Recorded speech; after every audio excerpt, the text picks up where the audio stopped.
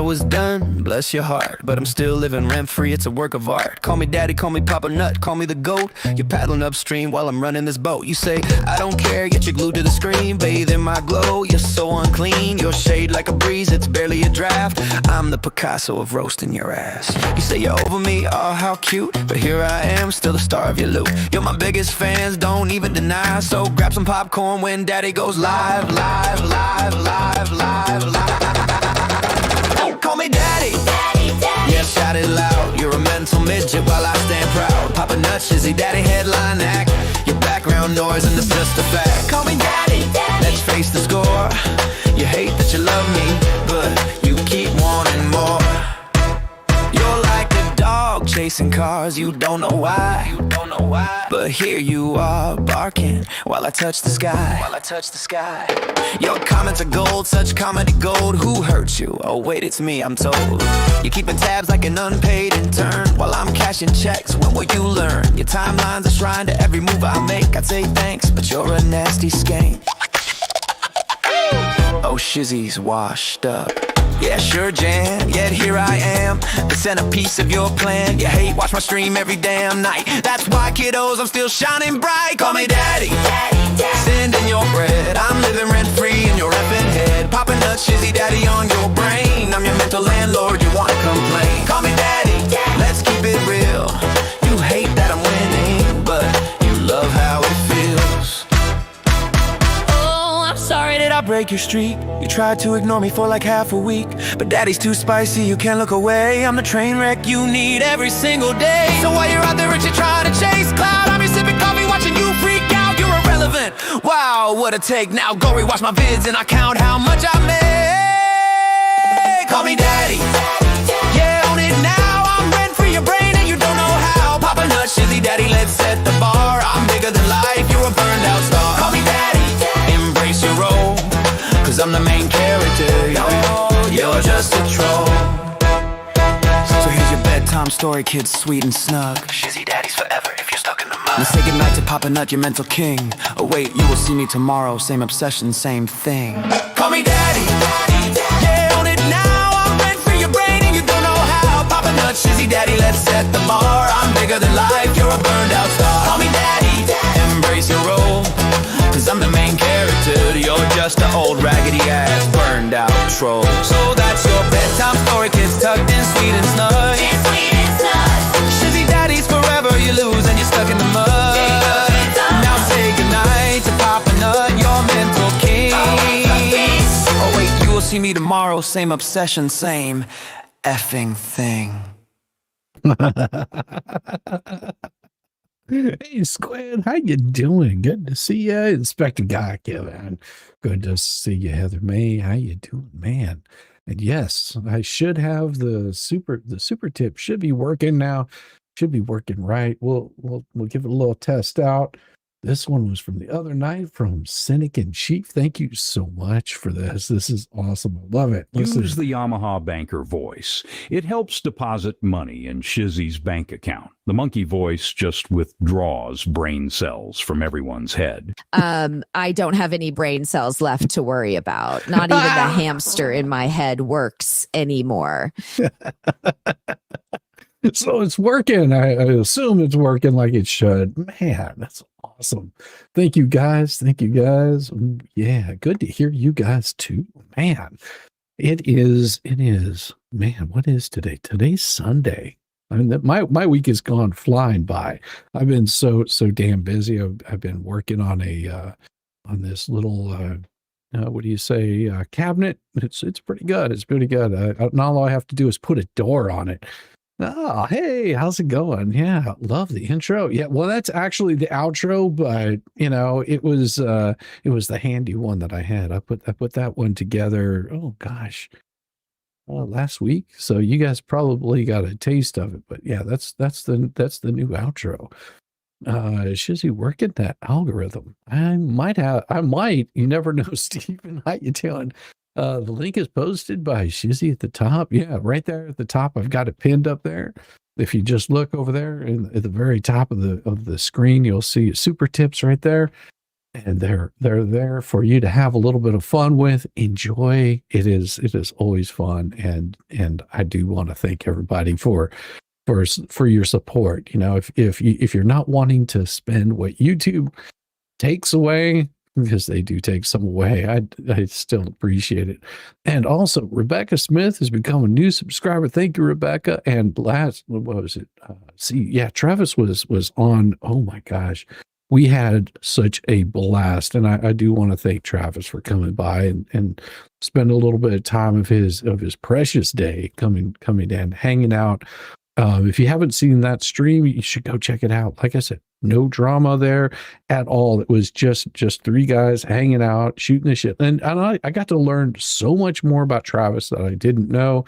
You know, that he's worked like the big stadiums, you know, done all kinds of motocross, you know, worked with a broken foot. Like, I mean, that man is just a machine. Hey, how you doing, Josh? How you doing? Good to see you.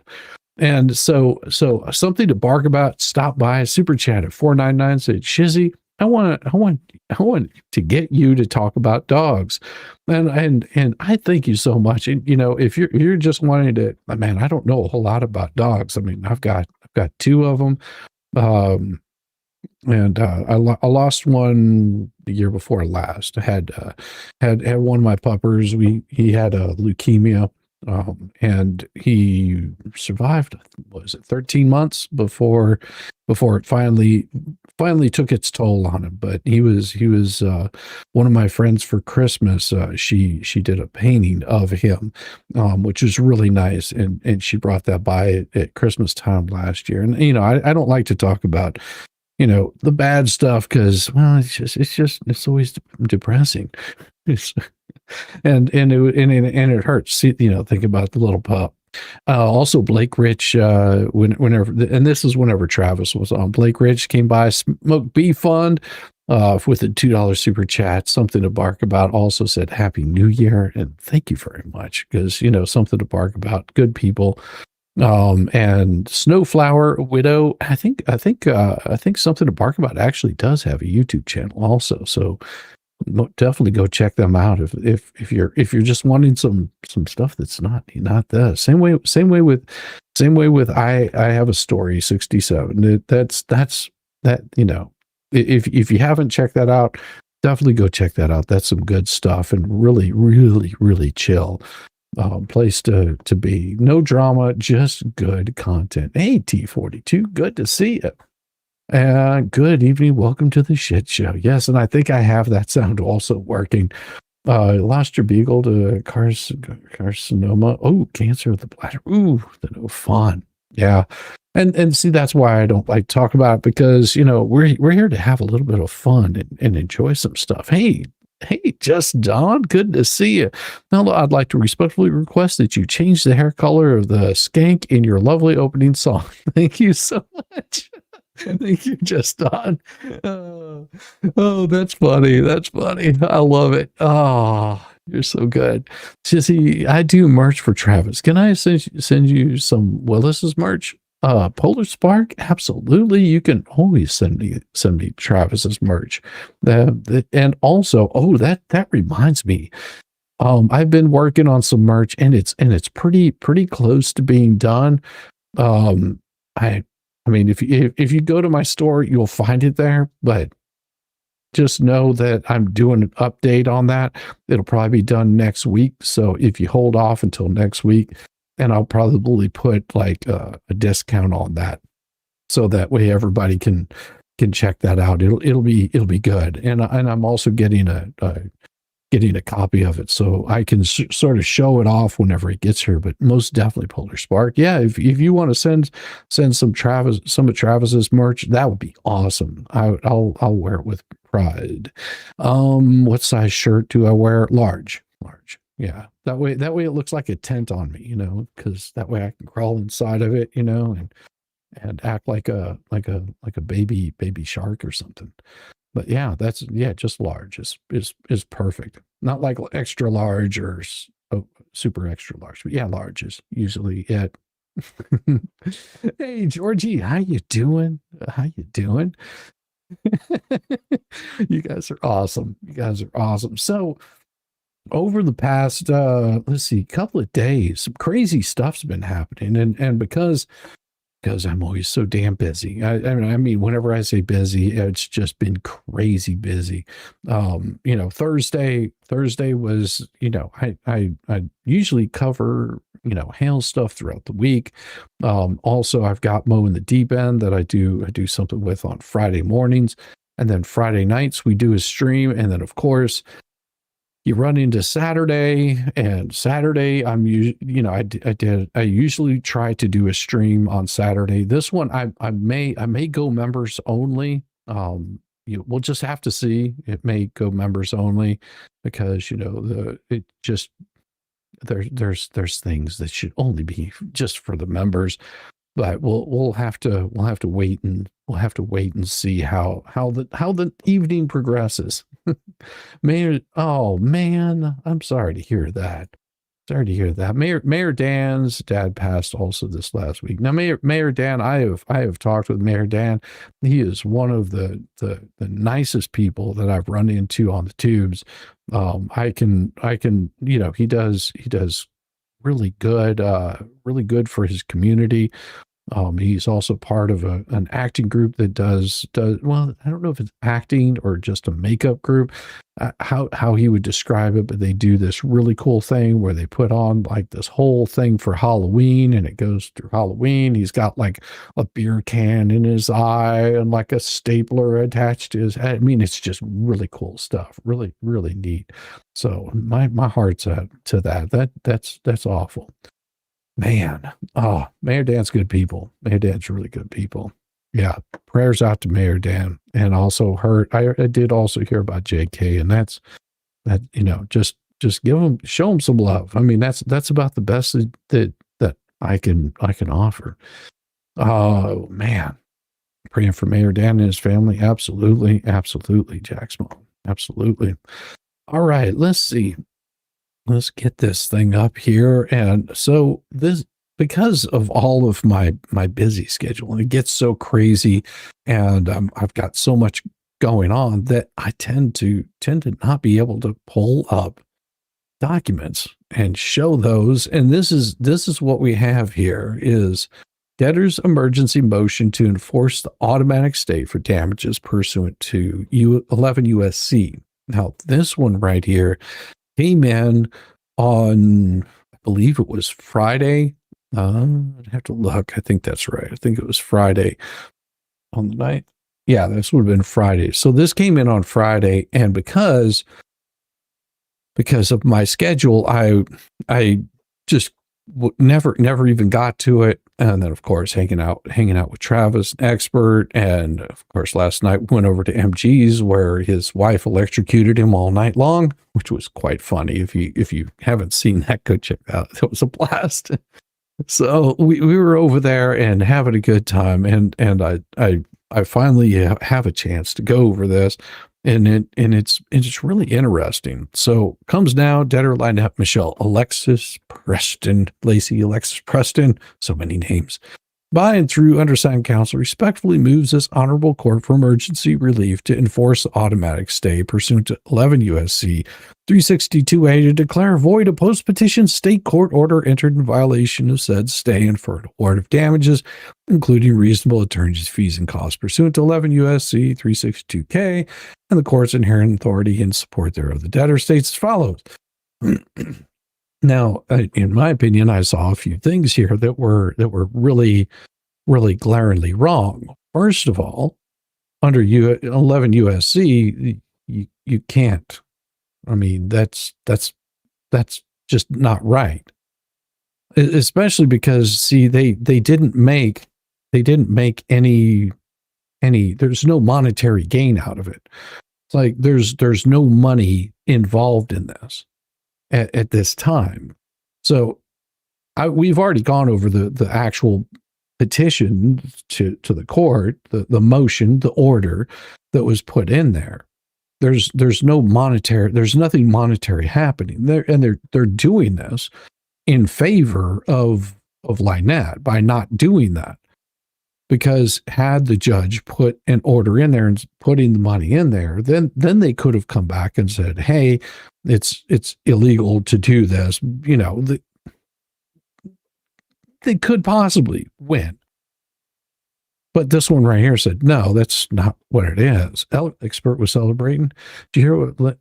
No. Is she talking stuff? But no. And the court's inherent thought.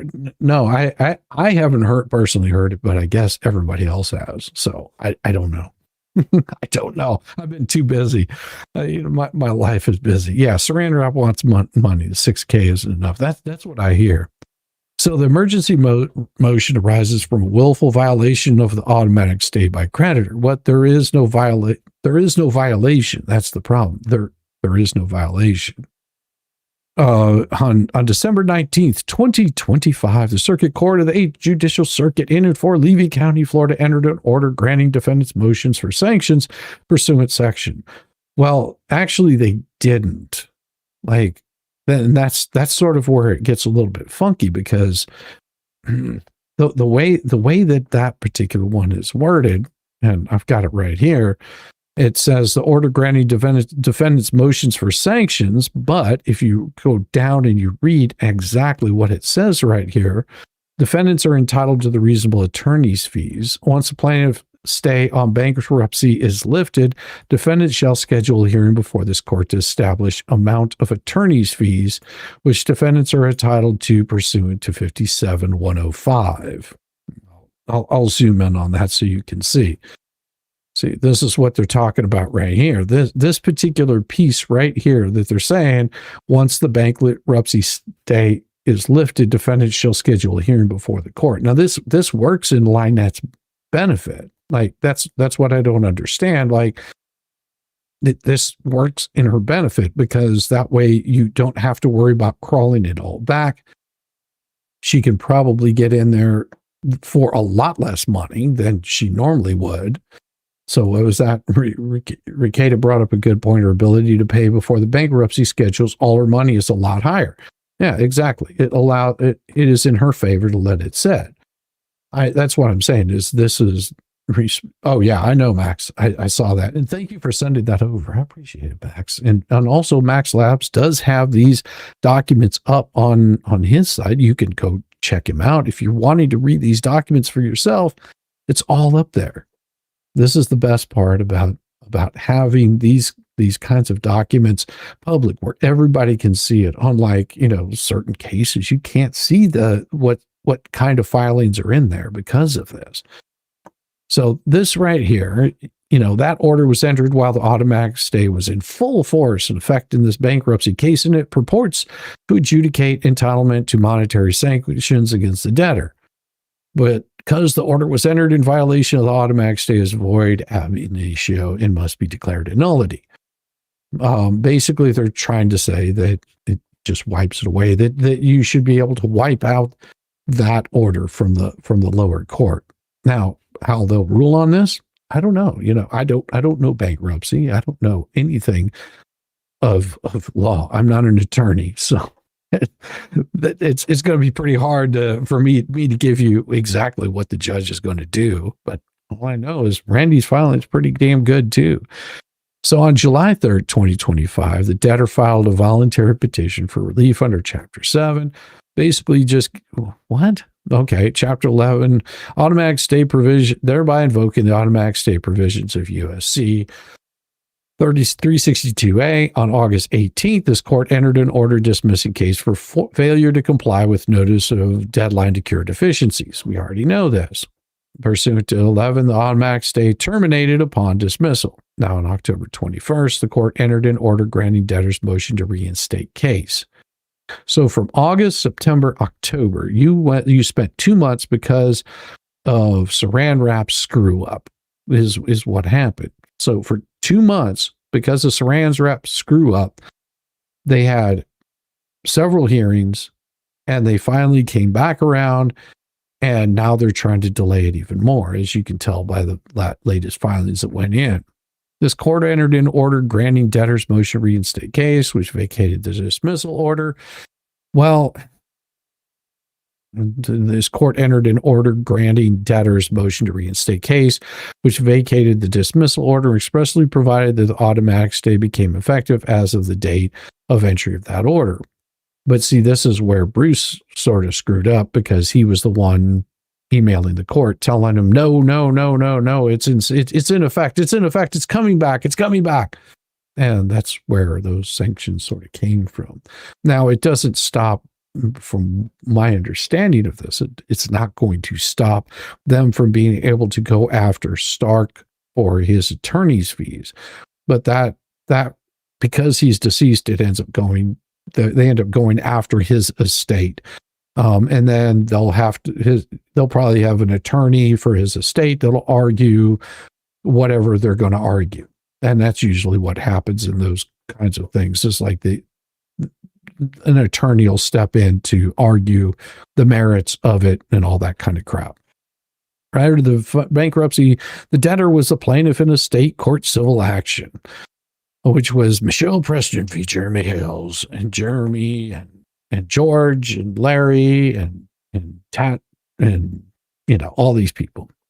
Now, pending the circuit court of the 8th Judicial Circuit in Levy County, the debtor voluntarily dismissed her complaint in that action on the eve of a hearing. No, see, they screwed up, So it seems like he's wanting to argue this case right here in the bankruptcy court, which, looks to me like some idiot, because either he doesn't know what's going on in the case, or an idiot's trying to make the case into bankruptcy court. That's what it looks like to me. And it looks like an idiot wrote it and is trying to make a case in a bankruptcy court over the facts of the case, but he lost. This is the problem. Scott Stark lost that case. Lynette is liable for sanctions. It costs money whenever you file something, whenever you have an attorney have to read over these documents. That costs money. If not, then what people would be doing is they would do something stupid like file a lawsuit, and then at the 10th hour, right before they're supposed to actually provide discovery or continue on with the arguments, they would drop out. They would just say, oh, well, I know I filed all this shit, but let me go ahead and bail now. So that's where it gets like, like, really? That's the way you're going to play.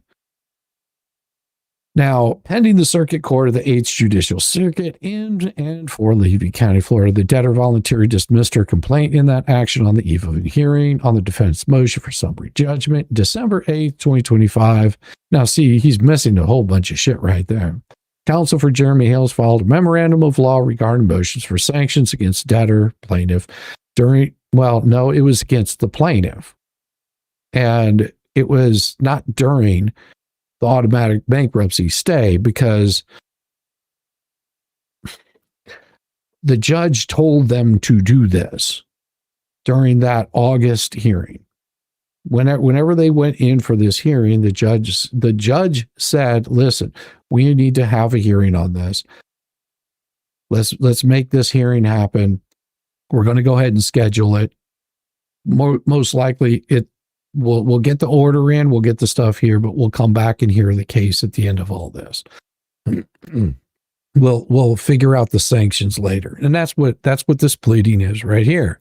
Just basically saying, hey, we're going to come in and we're going to take care of this stuff later. As you can see, there's this right here that comes down, Jeremy Hales. That's what we're going to be going over later. The debtor voluntarily dismissed on December 8th. The counsel for Jeremy Hales filed a memorandum of law regarding motions for sanctions. Yes, and arguing that the automatic stay did not apply to the sanctions proceedings because the debtor had initiated the underlying state court of action as a plaintiff. A copy of the memorandum of law was filed, is attached, incorporated as Exhibit A.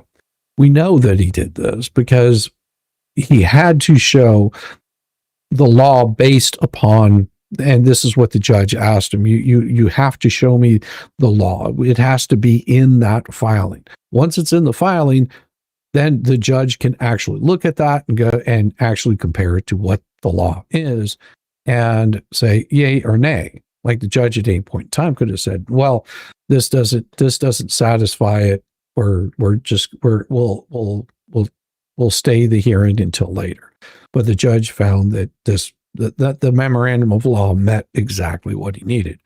Now, on the 17th, state court held a hearing on defendant's motion for sanctions pursuant to 57-105 Florida statute. The debtor did not appear at that hearing. Well, of course they didn't appear at that hearing because they were told not to by a couple of their attorneys or former attorneys, or who the fuck knows who told them, but they screwed up because, well, that just caused even more problems for her. Because, had she shown up, she could have probably argued against anything, any portion of it, but she didn't show up. Pursuant to Section 57.105 FS, the order expressly acknowledged the existence of the automatic stay resulting from the bankruptcy filing. True.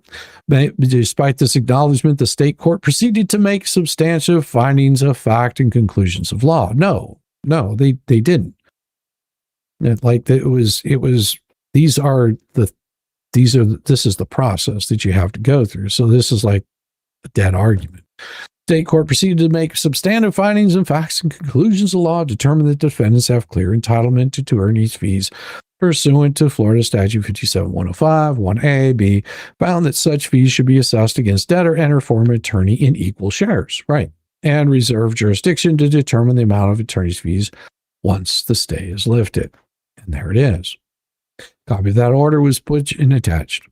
So they keep arguing this 11 USC,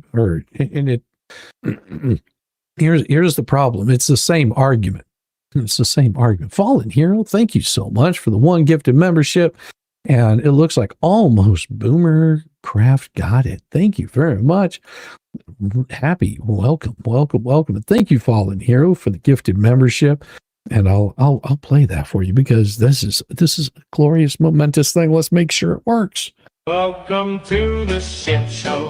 Ah, yes. Every single day, a new flavor of buggery, because everybody's such you see, and they're dumber than a bag of rocks. Monday, Tuesday, Wednesday, and then 4 more days of increasingly stupid, ridiculous, ignorant, balder dash pop the cock ball ups and buggery. Live it all over again. Ooh. Thank you so much. The automatic stay is the fundamental debtor protections provided in bankruptcy code. Operates as a stay of commencement's continuation of a judicial proceeding against a debtor that was or should have been commenced before the commencement of the bankruptcy case, or to cover a claim against a debtor that arose before the commencement of the case. Well, that's all fine and good, except this particular one doesn't fall into that. And we'll get into that later, but this doesn't fall into that whatsoever, because off key. I'm always off key. What do you mean, Inspired? Good to see you. Oh, that's awesome. So, as recognized by the 3rd District Court of Appeals in Lewis v. SVR, the automatic stay provisions bankruptcy code are governed by 11, which stays judicial proceedings against a debtor upon the filing of bankruptcy petition. But you have to understand that this was not against the debtor. This was an issue that was brought up against Jeremy. This was an issue that was brought up against Jeremy, against George, against Tad Graves, against Larry Foreman. All of this was brought up against them. See, that's why I have a feeling he's probably going to lose on this one right here. But like I said, I'm not an attorney. I don't know. The motion for sanctions filed against the debtor in the state court action constitutes action against the debtor seeking to recover a claim for monetary relief. A sanctions award under Florida Statute 57-105 creates a personal monetary liability against the party or attorney found to have filed a frivolous pleading. Yes, The adjudication of entitlement to such sanctions, even without fixing a specific dollar amount, constitutes. Well, that I would like to know where it says that, because let's see. See, there's nothing there. There's no argument to this. I mean, that's the thing. If you're putting this in there, actions taken in violation of the stay are void even if there's no actual stay. But this right here, see, this is the kind of crap that the flea would put. That's what I'm saying. This is the kind of shit that flea does. See, like a perfect example is the flea the other day posted this stupid crap. And I actually had to pull up the case law on it, which was 777.011. And it has to do with the state. It has nothing to do with that case whatsoever. It's actions taken against the state. And I had to go back and look at it, and I was just like, well, what she's putting is just wrong. I mean, yeah, can't have the sword and the shield at the same time. Absolutely, Jerry. That's the biggest part of this. It's just like, what? No. This where does it say this in any of this? No, it doesn't. That's the problem. The cases cited by opposing counsel are distinguishable. The cases cited by opposing counsel are distinguishable. In this memorandum of law filed in the state court, Counselor Jeremy Hales argued that automatic stay does not apply because the debtor initiated the underlying state court action plaintiff. They cited this right here. Yes, this is all some of the citations from what I can tell from the proposition that the automatic stay provisions applied only actions brought against debtor in bankruptcy. No, that's not what he said. That right there is for the proposition that the automatic stay provisions applied only actions brought against debtor in bankruptcy. No, I'm pretty sure that's not what he said. I'm pretty sure what he's saying is you have to be a debtor in this. And I could be wrong in this. You can always correct me if I'm wrong, but she wasn't a debtor. She was, in this case, she would have been a creditor. She was the plaintiff. It's sort of like pleading the fifth whenever you're in a deposition on a case that you brought against somebody else. It's like, you're playing defense whenever you should be playing offense. I mean, you bring a suit against somebody, for example, then why are you pleading the fifth? You're supposed to be showing the proof. That you're supposed to be bringing the proof. You did this bad thing to me, and here is the proof of the bad thing that you did to me. But she never did that. She just said, this is the bad thing you did to me, and you can't see what the bad stuff that you did to me. It's like, that's not how it works. These cases do not support the position that a post-petition determination of entitlement. Actually, I'm pretty sure that they do. That the post-petition determination of entitlement to monetary sanctions against debtor is exempt from the automatic stay. But see, here's the problem. They're not getting any monetary sanctions from her. Those will be determined after the case is over. When am I doing a 10 stream? God, no. AT, that is not going to happen. I am not doing a 10 stream. No. No. I was watching that man is braver than me. You allow my wife with one of those things, she'll have it attached to the lower nether regions, and she will enjoy watching me squirm. The principle in that state does not prevent a debtor. No, that's not true. The debtor who files a lawsuit forfeits all protection from the automatic stay with respect to claims asserted against her in that litigation. That's not what he's saying at all. And we'll get into that. Hey, Georgie, how you doing? Good to see you. A motion for sanctions under Florida statute is not merely a defensive measure or an ordinary incident of litigation.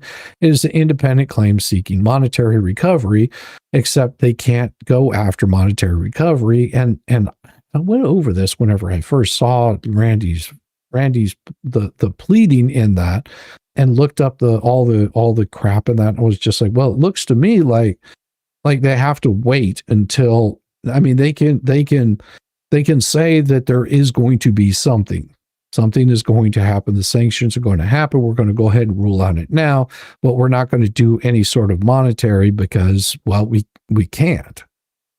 I mean, that's the way that I read what was going on. Pursuing the action against the debtor to recover claim without meaning of USC 362A1, the case is cited by opposing counsel in all situations where the debtor plaintiff sought to use the automatic stay to halt proceedings that the debtor herself had initiated. Yes, those cases do not address the situation presented there, where a creditor seeks a post-petition adjudication that creates a new monetary liability against the debtor, but it doesn't. That's the thing. It's after her case is over, that's when they can actually do it. It doesn't do it while this stay is happening. The post-petition sanctions order is void ab initiate. Basically, ab, and I can't say this word, so this little phrase right here just says like it never happened. Is basically saying that this order never happened. That's what they want the court to rule for them. Because the state's court order granted was sanctioned was entered. They keep quoting the same damn thing. Did they? Who wrote this crap? Is this some crap that Bubbles wrote? Because this reeks of Bubbles stench. It really does. It just looks really poorly written. Like, good Lord. Provides an individual injury by any cost of violation. Section shall cover the violation automatic stay as willful if the creditor knew of the automatic stay intentionally, but they didn't commit any violative act. They actually informed the court of what was going on, and the court agreed. It's not like they knew that okay. And I'll use this as an example. Say, for example, Max is suing me. Okay. And he's saying, oh, I'm going to sue you for millions of dollars. And I say, okay, bring it on, Max. Let's take this thing to court. And then we get to court and we get like halfway through this stuff. We've gone through all this depositions. And then, and it is clear that Max is losing because he had no reason to sue me in the first place. And he says, you know what? I'm done. I'm out of here. I'm like, man, I have spent all this time and this money because Max is suing me for these millions of dollars. It's cost me, $200,000 in attorney's fees. So, you pay my attorney's fees and we'll let you out of this case. If not, my countersuit's going to stand and we'll continue on with this suit. It never happens because he says, no, I'm out and I'm done. And we have a sanctions hearing and, trying to recoup the money that I lost. I'm not able to do it because guess what? Max jumped over and he said, I'm filing for bankruptcy. Well, it puts this case in stay. So I'm sitting there going, well, damn it, Max, I'm going to have to get my damn money somehow. And so basically because Max is the one that created this $1 million lawsuit against me, I can go back and say, hey, court, I know that he's got to stay on his filings. There's nothing you can do right now.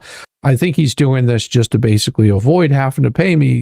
This was a frivolous lawsuit in the first place. We never even heard it on its merits. And the court agrees. The court says, yeah, there should have been no reason. Sure. I love that. I love that idea, Georgie. By whom? That's the best part about it. By whom? Love it. Thank you, Georgie. That's good humor. So what would happen is the court could easily say, well, listen, we'll go ahead and we'll have the motions. We'll see that there's nothing that was on the merits. We'll take that all into consideration. And after the bankruptcy court, which would be a higher amount because, we're looking at 200,000, but if he files bankruptcy and he satisfies all the creditors, it could be that they say he doesn't have 200,000 to pay you. We'll just basically sanction him for X amount of dollars, say, 100,000 because, he'll owe you the rest of his life, whatever, but, at least you'll get something out of there. And also his attorney was a dick. So we'll take some of his ass too and take some money away from him and we'll send you on your way. That's basically all that it's doing. It doesn't mean that that they're saying, oh yeah, go ahead, you could go after him, because at that point you just become another creditor. I mean, you're already a creditor in this. Her walk for shizzy. I love that. I'll be walking down the street, running away. Oh, somebody's coming after me. They're in the walls. I gotta get them out. Hales filed a memorandum of law in the state court on December 8th, 2025, expressly acknowledging Hales and his counsel continue to prosecute the motion for sanctions obtained. Well, you could have, see, that's the thing. They didn't do any prosecution. They just basically said, they owe us money for filing a frivolous lawsuit, because it never got heard on the merits. This lawsuit was never heard on the merits at all. They had plenty of opportunity to do it, but they never did. The debtor has been injured. How has the debtor been injured by this? They didn't show up to court. They're the one that brought the lawsuit. So it's like, oh, I punched you. I punched a wall, I broke my hand, and now I'm pissed off at the wall for breaking my hand. Idiot. The debtor is entitled to recover her reasonable fees and costs. Well, she doesn't have an attorney. Like, that's the thing. She doesn't have an attorney in this. She's got a bankruptcy attorney, but he's not representing her in that case, right? Stay violation from Hales's counsel. Relief requested. A determination to automatic stay applies to motion proceedings in Levy County. Well, no, that I have a feeling the court's going to say no, pound dirt. An order enforcing the automatic stay and enjoining Jeremy Hales and his counsel from taking any further action to prosecute the motion for sanctions or any proceedings. But they're not. That's the thing. They're not doing anything of prosecuting anything. They're not after them for the sanctions will come after the court case is done. That's, the judge made that very clear. The judge already said, this is very clear. We'll take care of it. We'll take this up after it's over, because she may not have a single damn penny. She may not have a single damn penny after all this is done. George, you're funny. Yeah, she has to pay extra to Saran Wrap to write this garbage? Probably. I would imagine so, JW. A declaration that the order granting defendants motions for sanctions pursuant to this is entered by the court of the 8th Judicial Circuit in and for Levy County. What? That the order granting defendants motion for sanctions entered by the circuit. What? Oh, is void. God, sorry. I had to get down here to the end. Damn, attorneys write shitty sometimes. An order prohibiting any further sanctions or attorney's fees proceedings against the debtor in the state court absent relief from the automatic stay. Well, they aren't going after her for any money, so this is sort of null. An award of reasonable attorney's fees and costs. Well, that was on you, Paint Chip. That was on you. You should have not filed this dumb shit. Expedited consideration of this motion due to the ongoing what? Expedited consideration. Why would it need to be expedited? Because you have to understand that the court recognized it's in the stay. Mama Bear Lee, how you doing? Good to see you. Oh, you have. Oh, I love it. Oh, and by the way, in case you haven't seen it, Mama Bear Lee says, I have international immunity. I'll send you guys cakes with nail files inside. They're all Delulu. Well, if you would, Mama Bear Lee, I could use a new nail file. I've been having to use like this little crappy pocket knife, and trimming the shit out from underneath my nails is just so difficult. I'm sitting here trimming, and it just I can't seem to get out there. So I do need a nail file, and I will hide it in my prison pocket. That way I can make sure to file through the bars whenever I'm in jail. But I'll probably eat the cake.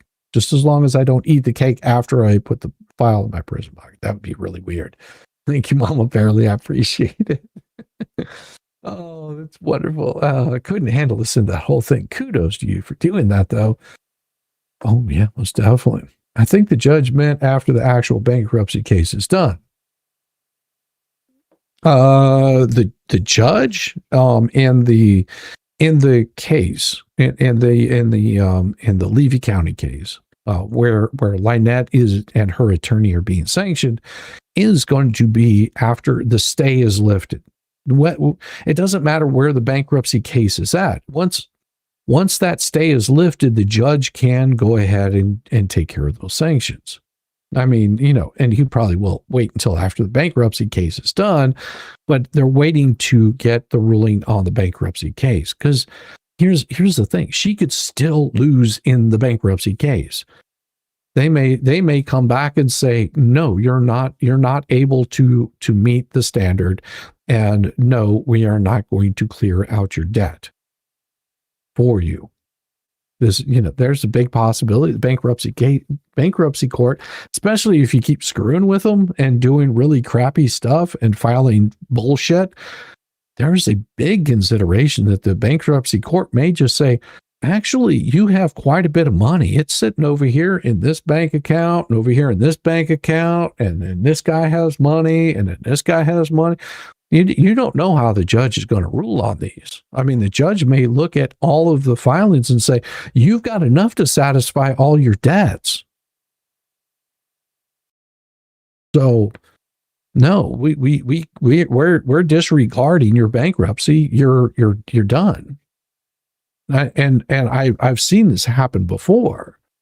Like I can think of one not too long ago where the guy had plenty of money. We're talking like hundreds of thousands of dollars. But he decided he was going to file bankruptcy and then hire an attorney for that bankruptcy and went through all of those hundreds of thousands of dollars fighting a bankruptcy, fighting to keep a bankruptcy, and made himself broke. And then continues to file. It's just crazy. I mean, he had the money there, but he spent all of his money fighting a bankruptcy. It's crazy. The debtor respectfully, he was a soft sit, by the way. The debtor respectfully requests expedited considerations emergency motion. The state court has entered an order adjudicating entitlement to sanctions against the debtor in the violation of automatic stay, but it didn't. That's what I'm saying. It didn't violate anything in the automatic stay. Hey, Josh, that part. Thumbs up. Certificate to conferral, blah, blah, blah. Jerome, blah, blah, blah. Certificate of service. Certified, admitted to the bar. The emailing list was Jerome, Teresa, Dennis, Randall, and the trustee. And the manual notice list. Let's see. Brett, Chase, Continental Finance Company, Cricket Wireless, Deanna West, Elephant Shoe, Larry Foreman, Grow, Jeremy Hales, John Cook, Martha, Medallion, One Financial, PayPal Credit, Randall Shockett, Rex West, Sally Beauty, Shane Willis. Bankruptcy, Synchrony Bank, Terrence Greaves. Oh, you know what? I didn't realize that was a creditor. I wonder if he's going to the creditors meeting. But there's a name I don't see there. I guess they're not a creditor. I guess we'll find out in April whenever it's due for them to actually file. I mean, they have to have it in by then. Let's see how that works out for them. But we're used to the Lees lying about shit. It's almost like chicken skins. They just slide right in there. The lies are so just easy to catch. But Randy did file a response to this. Now this one came in, as you can see, today, which like I said, I've been crazy busy. This one right here.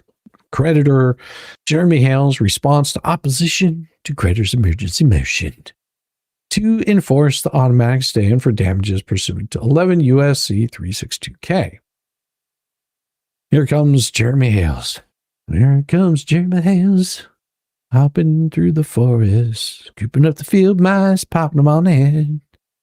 By and by, through underside counsel, and hereby files its response in opposition to debtor's emergency motion to enforce automatic stay for damages pursuant to 11 USC, the emergency motion. The debtor seeks to invalidate the state court order determining entitlement to sanctions under Florida Statute 57.105 and to recover damages for an alleged willful violation of automatic stay. Well, the emergency motion is without merit. This is because it is well settled Florida law that the automatic stay does not apply to defensive measures taken in response to litigation initiated by a debtor. The motion at issue arose directly from the debtor's own pre-petition litigation conduct in a case she voluntarily filed in a frivolous lawsuit as a plaintiff. The state court properly determined that it had authority to rule on entitlement to sanctions despite the automatic stay, while appropriately reserving jurisdiction to establish the amount once the stay is lifted. As you can see, the words mean a lot, while appropriately reserving jurisdiction to establish the amount once the stay is lifted. So there's sanctions there, but no dollar amount has been attributed to it. Moreover, under U.S. federal bankruptcy law, a state court proceeding initiated by the debtor, again, a state court proceeding initiated by the debtor as a plaintiff against a creditor is not stayed when the debtor files for bankruptcy. The automatic stay under 11 U.S.C. S. 362 applies only to lawsuits against the debtor. I just noticed something. I've got to go back and look at it because here, let me put it this way, and I could be wrong in this. Let me say something. And like I said, I could be absolutely wrong in this, but this looks like it was written by AI. And the reason I say that is this right here. Do you see this little line right here? It's very important to notice this, okay? Because this little line right here, this where it says 11 USC and it says U.S.C. and then it has this and this. This is how AI writes it out. That right there is how AI writes this little thing out, and it's a very subtle thing. But AI could really be a pain in the ass. Trust me, as someone who's used plenty of it.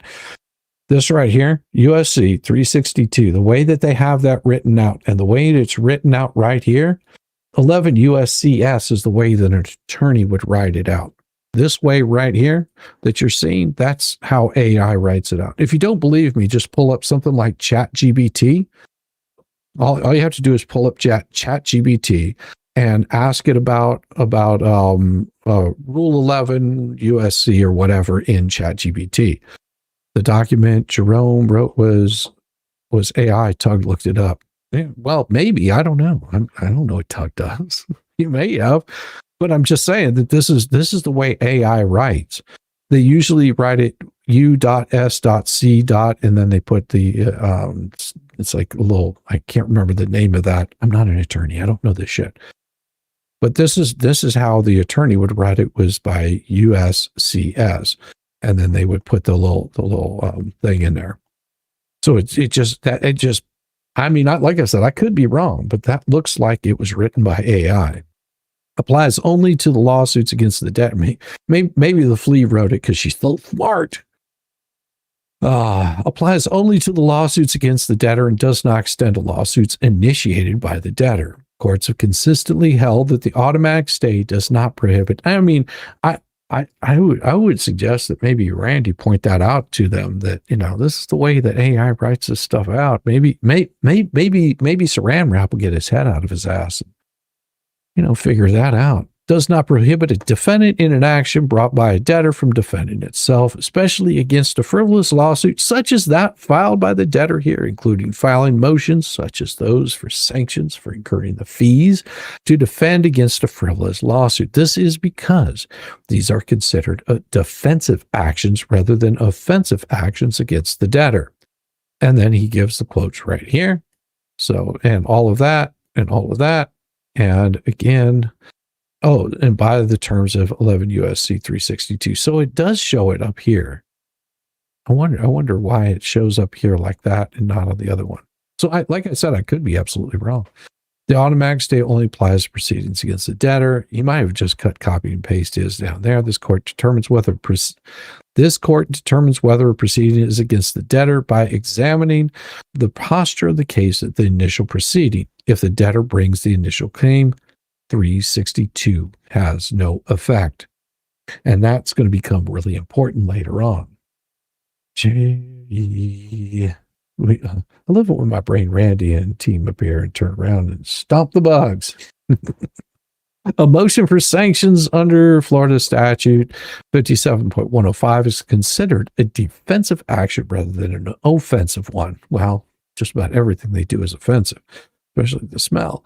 The statute is designed to deter baseless lawsuits or claims by requiring the losing party and their attorney to pay reasonable attorney's fees if it is determined that a claim or defense was not supported by material facts or existing law, but not without first giving the opponent a 21-day safe harbor window to withdraw such frivolous lawsuits and claims without any financial penalty. Now, you have to remember, this is really important because there was that 21-day. They sent a letter to him. They said, listen, you've got 21 days to pull this filing. We know that this is frivolous. You know this is frivolous. You've not done anything that you're supposed to do. They were supposed to have a hearing. Since Lynette is the plaintiff, could the judge award sanctions amounts in theory? When the ferret, let me see. What are you asking? So in theory, since Lynette is the plaintiff, could the judge award sanctions amounts? At this point, no. At this point, no, he can't. He can't do any sort of sanctions amounts at this point. There's no reason to, because it works. It actually, the court does this in favor of her by not doing this to her, by not saying, listen, the sanctions whenever the bankruptcy is over is going to be $200,000. For example, he's saying we will determine that. We will have a hearing on the amount whenever this is done. It could be that Randy comes back and says, we can settle this out for this amount from the attorney, this amount from her, and be done. And the judge could say, sure. Or he may say, no, that's too high. So I don't know. And channeling your inner Jeff. I love it. But not without first giving the opponent the 21-day safe harbor window. There is no safe harbor, you twat. They're over it. The safe harbor was over. This provision is applied to discourage frivolous litigation and ensure the parties act in good faith during legal proceedings.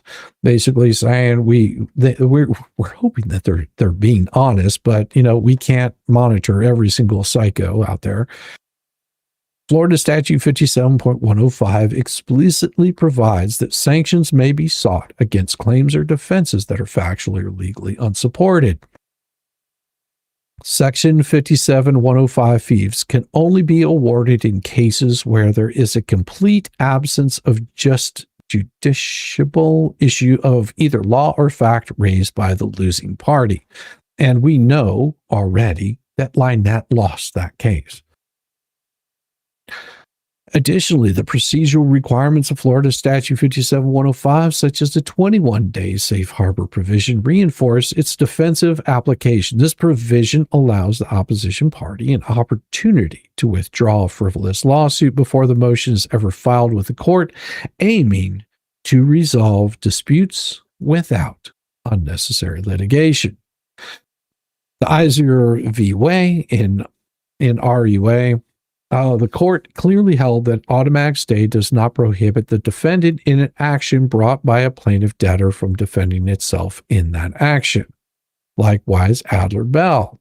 That court clarified that the debtor brings the initial claim. The automatic stay has no effect as the proceeding is not against the debtor. That's what I said earlier. It's not against the debtor. Of course, I don't know. Say safe harbor one more time.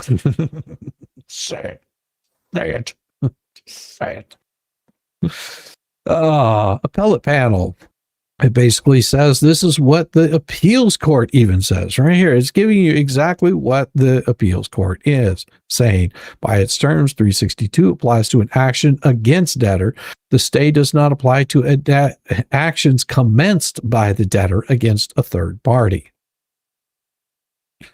Also in Gordon v. Whitmore, we consider whether defendants violated the automatic stay by continuing to defend, and this was in 1994, defend themselves in the state court against debtors' pre-petition fraud action, including obtaining a summary judgment post-petition. We examine the language of the statute and conclude that the automatic stay applied only to actions that are initiated against a debtor. It is most unlikely that a contention by a defendant that the trustee's claim is unfounded can be equated with exercising dominion or control over property of the estate.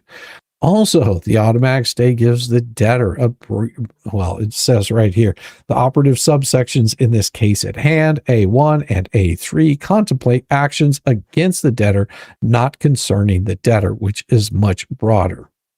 The automatic stay gives the debtor a breathing spell from his creditors and allows the trustee to marshal assets of the estate for the benefit of creditors, while restraint of a defendant in a suitable subject to prosecution by the estate arguably could contribute to an orderly processing of estate assets. We could find no case that supports the proposition that the automatic stay prevents a defendant from continuing to defend against bankruptcy lawsuit.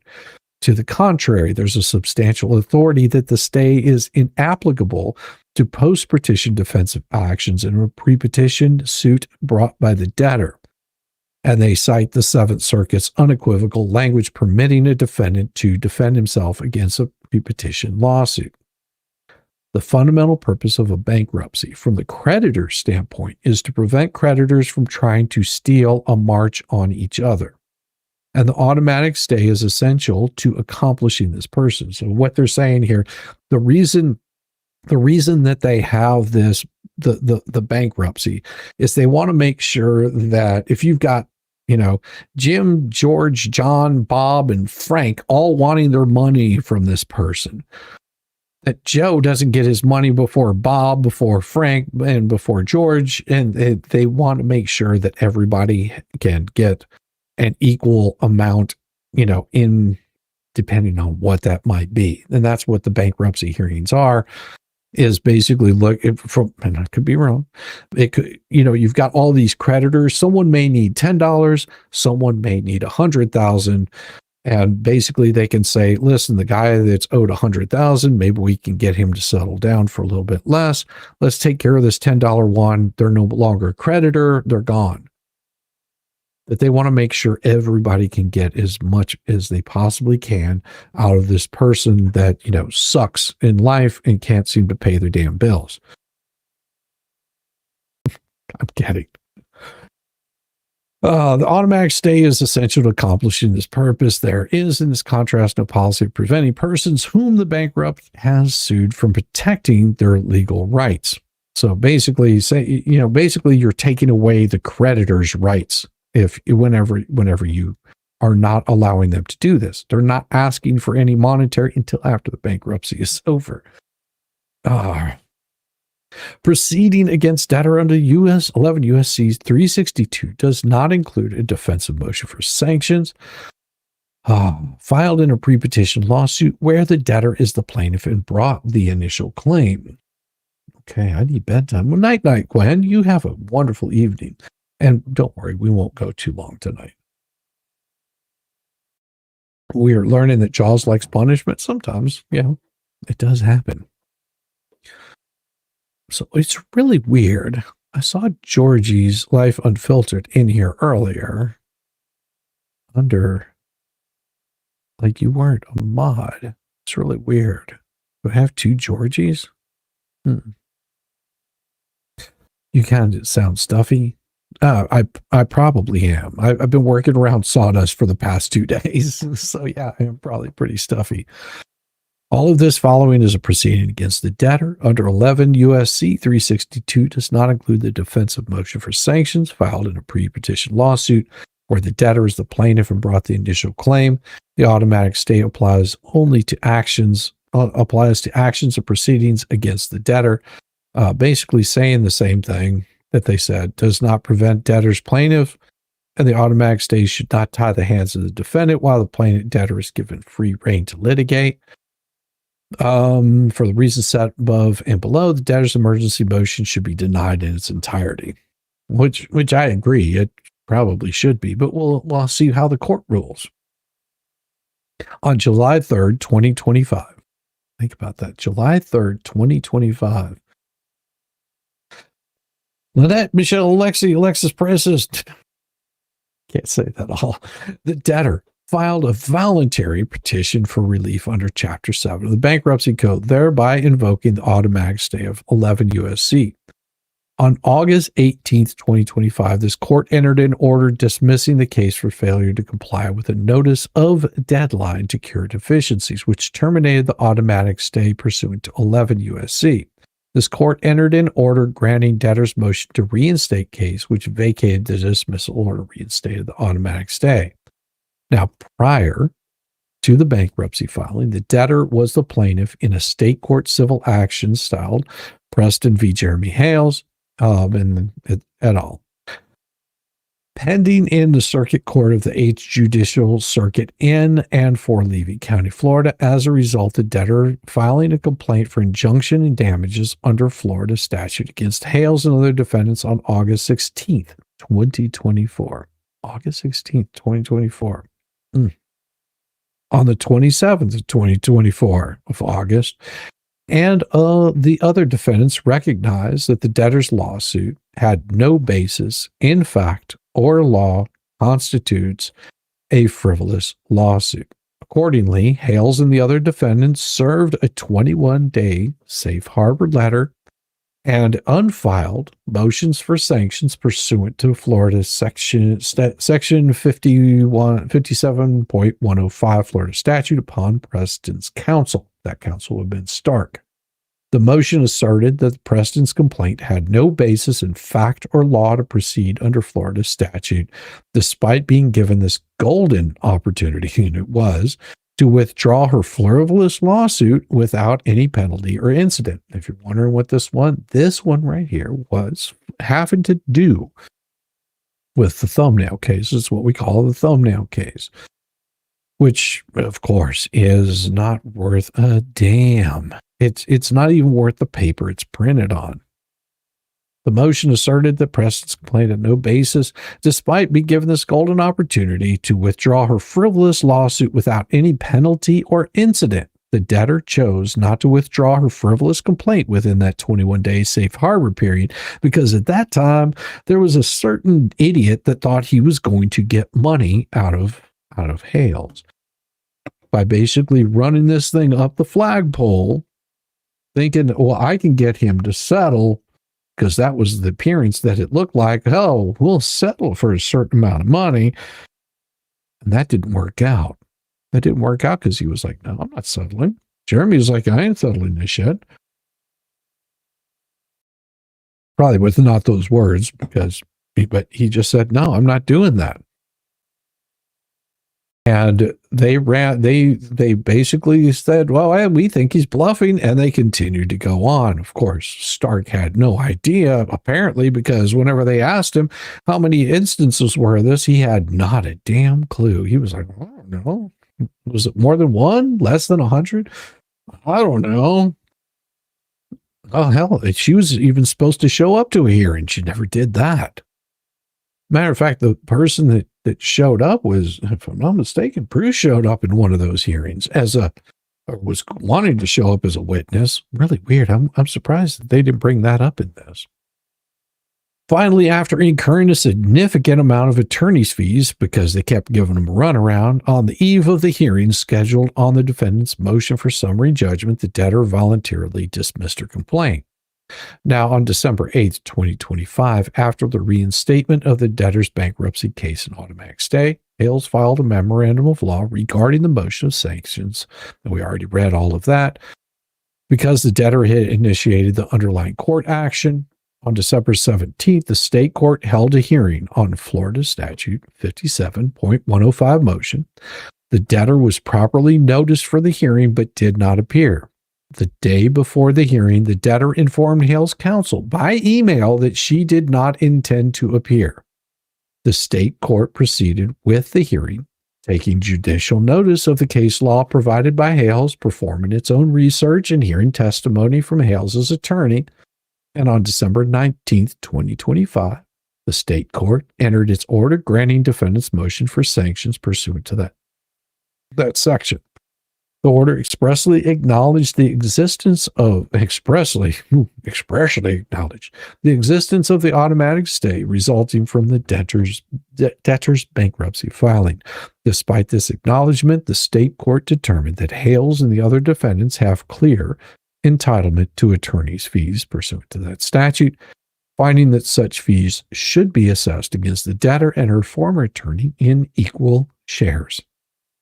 State court reserved jurisdiction to determine the amount of attorney's fees once the stay is lifted.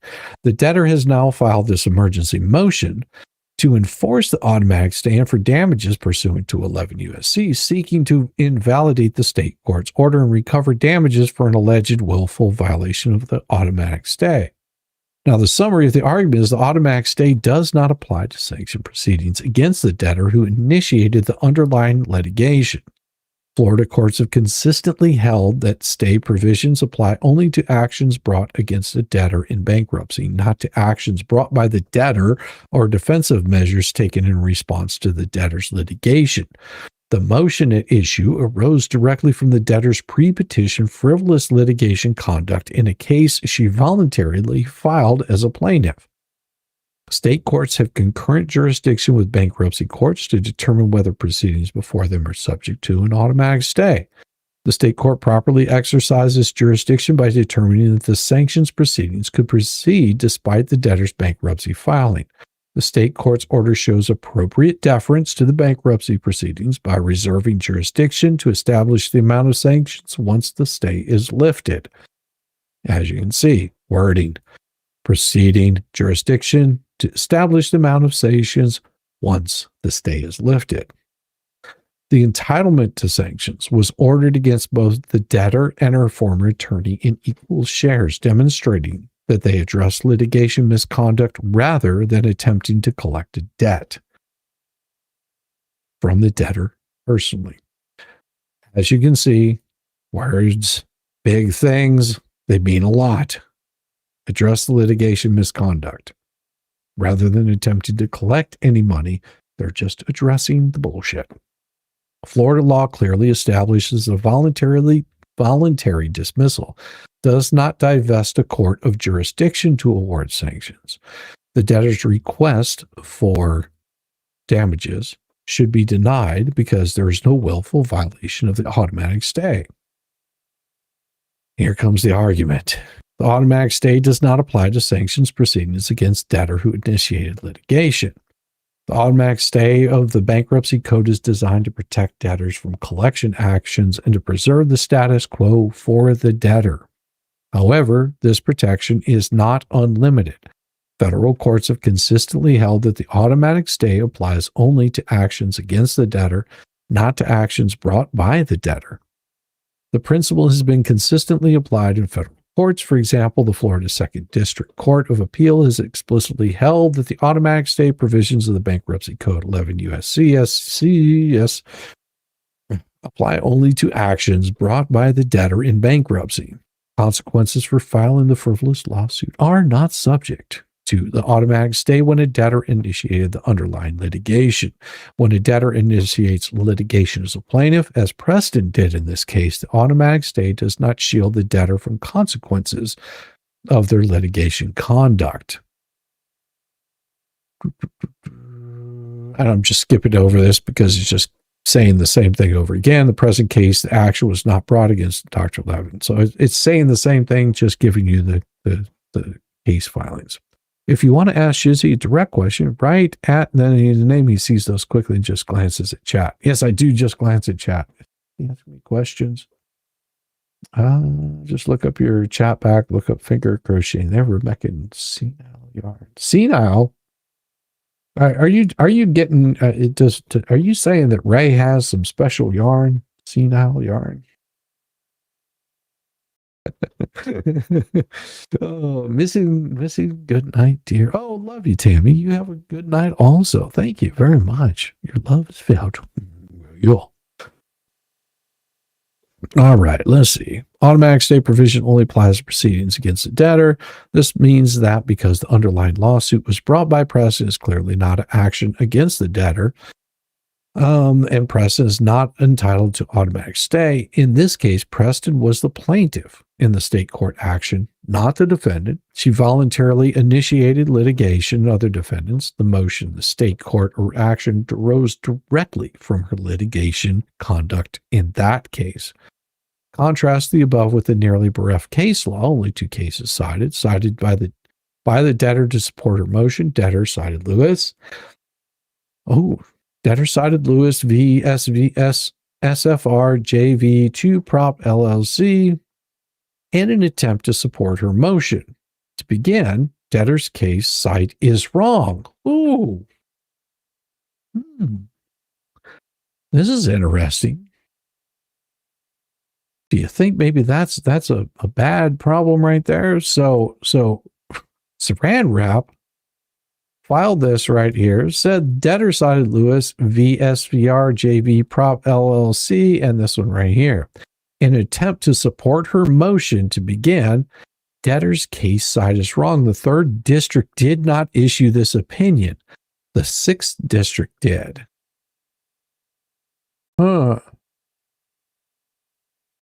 So this is what they cited right here. That right there is what happens whenever you use AI to write your motions. Someone didn't proofread their shit again. Saran Wrap, you need to proofread your shit, buddy. Damn. You just got called out. Buddy, you just got called out. So what do you think? We move this members only and we address the question that's burning on everybody's mind.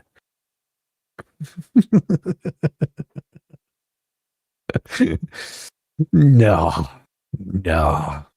In an attempt to support her motion to begin, debtor's case cite is wrong. The 3rd district did not issue this opinion. The 6th district did. Debtor's citation is easily distinguishable because it does not concern a lawsuit where the debtor voluntarily initiated litigation against a creditor. In fact, it was just the opposite. The issue in Lewis v. SFR JV2 Prop LLC concerned a pre-petition lawsuit filed by a landlord creditor as plaintiff against the debtor as defendant, and the landlord received an eviction order against the debtor even though the bankruptcy petition was filed. Ooh,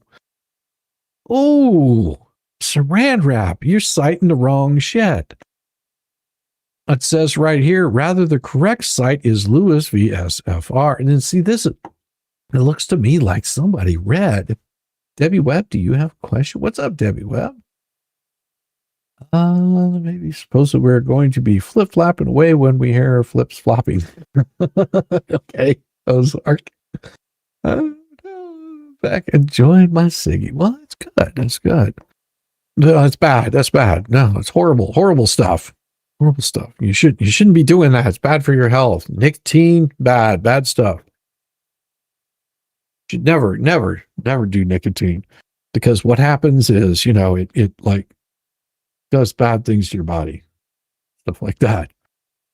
Eviction order against the debtor, even though the bankruptcy petition was filed correctly, the appellate court reversed the eviction order to void. And he's telling you what it was, and that Saran Wrap got it completely wrong. Unfortunately, this is also does not to help the debtor in her argument. This is because her case law is not even remotely close to concerning a lawsuit where the debtor voluntarily initiated litigation against the creditor. Instead, it was a case concerning a lawsuit filed by a mortgage company against a debtor, where nearly a month before the mortgage company attempted to perfect its lien, the debtor filed for bankruptcy. Oh, Saran Wrap, you just fucked that one up 9 ways to Sunday. Jeez. Share of the left hand. Oh no, do you need another lurker's card? Did you lose yours? Laughing too hard. It happens. It happens. Did he not learn? Maybe he needs spanked again. Yeah, by not doing his work or proofreading what he's done. Well, I'm not sure if it's whether he's not proofreading what he's done or if he's using AI to write his lawsuit. Or if somebody else is writing it for him and screwing it up. That could be a possibility too. Where's Yamaha? Did his unicorn fall asleep? Well, it might have. You never know with Yamaha. He could have fallen asleep. He could be, choking a chicken. You never know, The purpose of Florida Statute 57105 is to deter frivolous litigation and compensate parties who are forced to defend against such litigation. 57105 generally provides the basis for sanctions against parties and counsel who assert frivolous claims. We know this. Debtor cannot use the automatic stay as both a sword and a shield.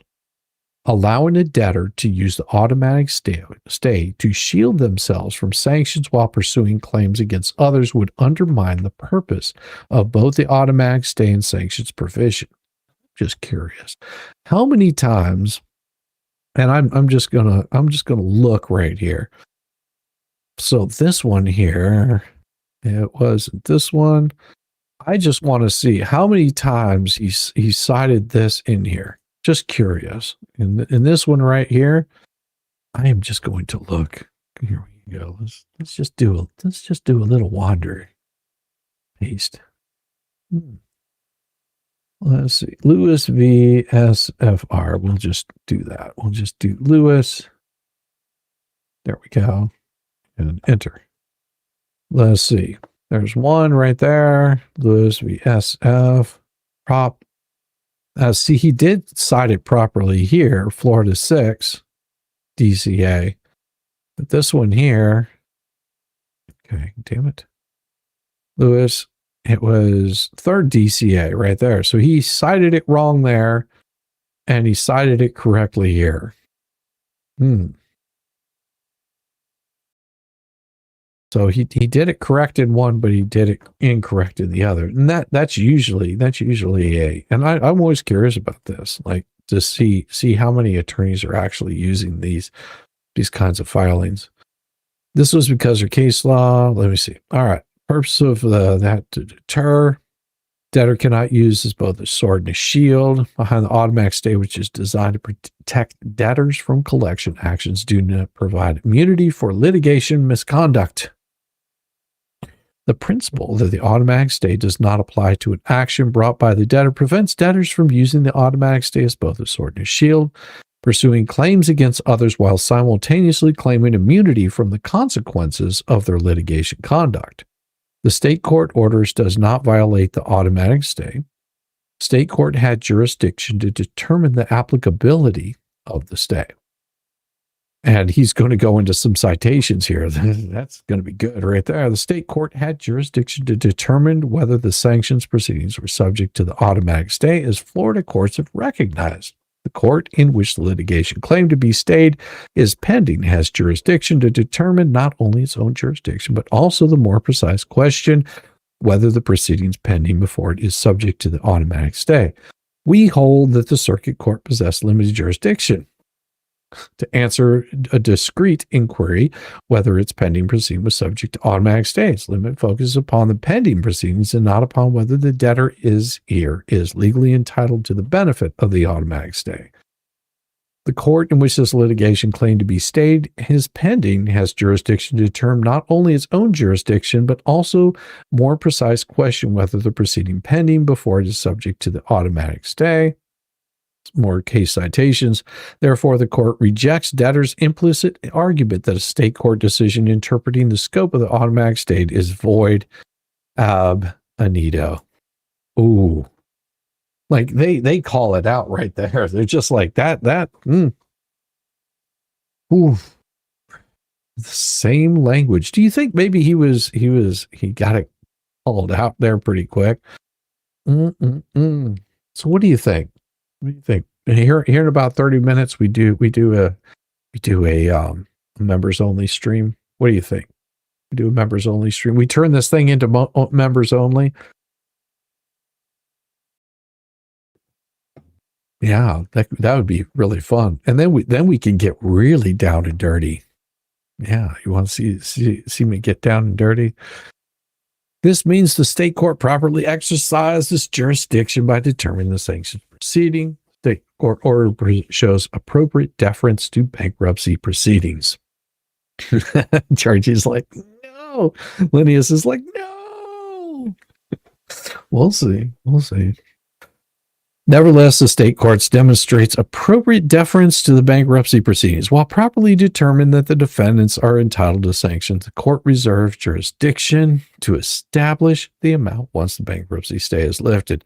This approach, welcome Renee. Retro Relics has become a member. Thank you, Renee. I appreciate you. Welcome.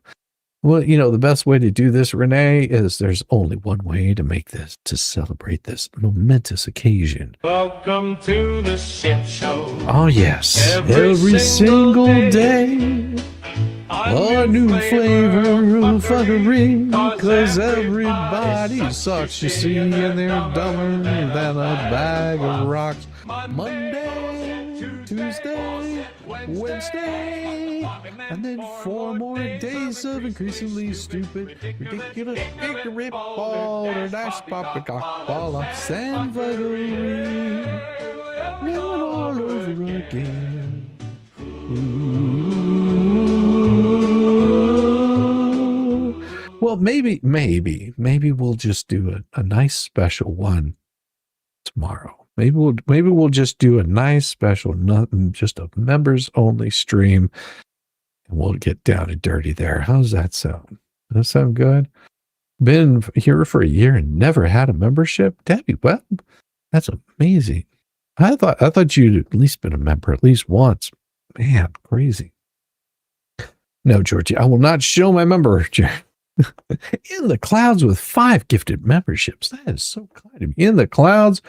Thank you so much. And look who all these 5 people becoming members. Stoner has received one. Robin has received one. In the clouds. Thank you so much. That is so kind of you. And let's see, where is it? In the clouds, right there. Gifted 5 memberships. Fancy Darling got one. Stoner got one. Jerry Schneider, that's not a member. R.J. Wright, the novelist, received a gifted membership by In the Clouds. Lisa KMI received one also.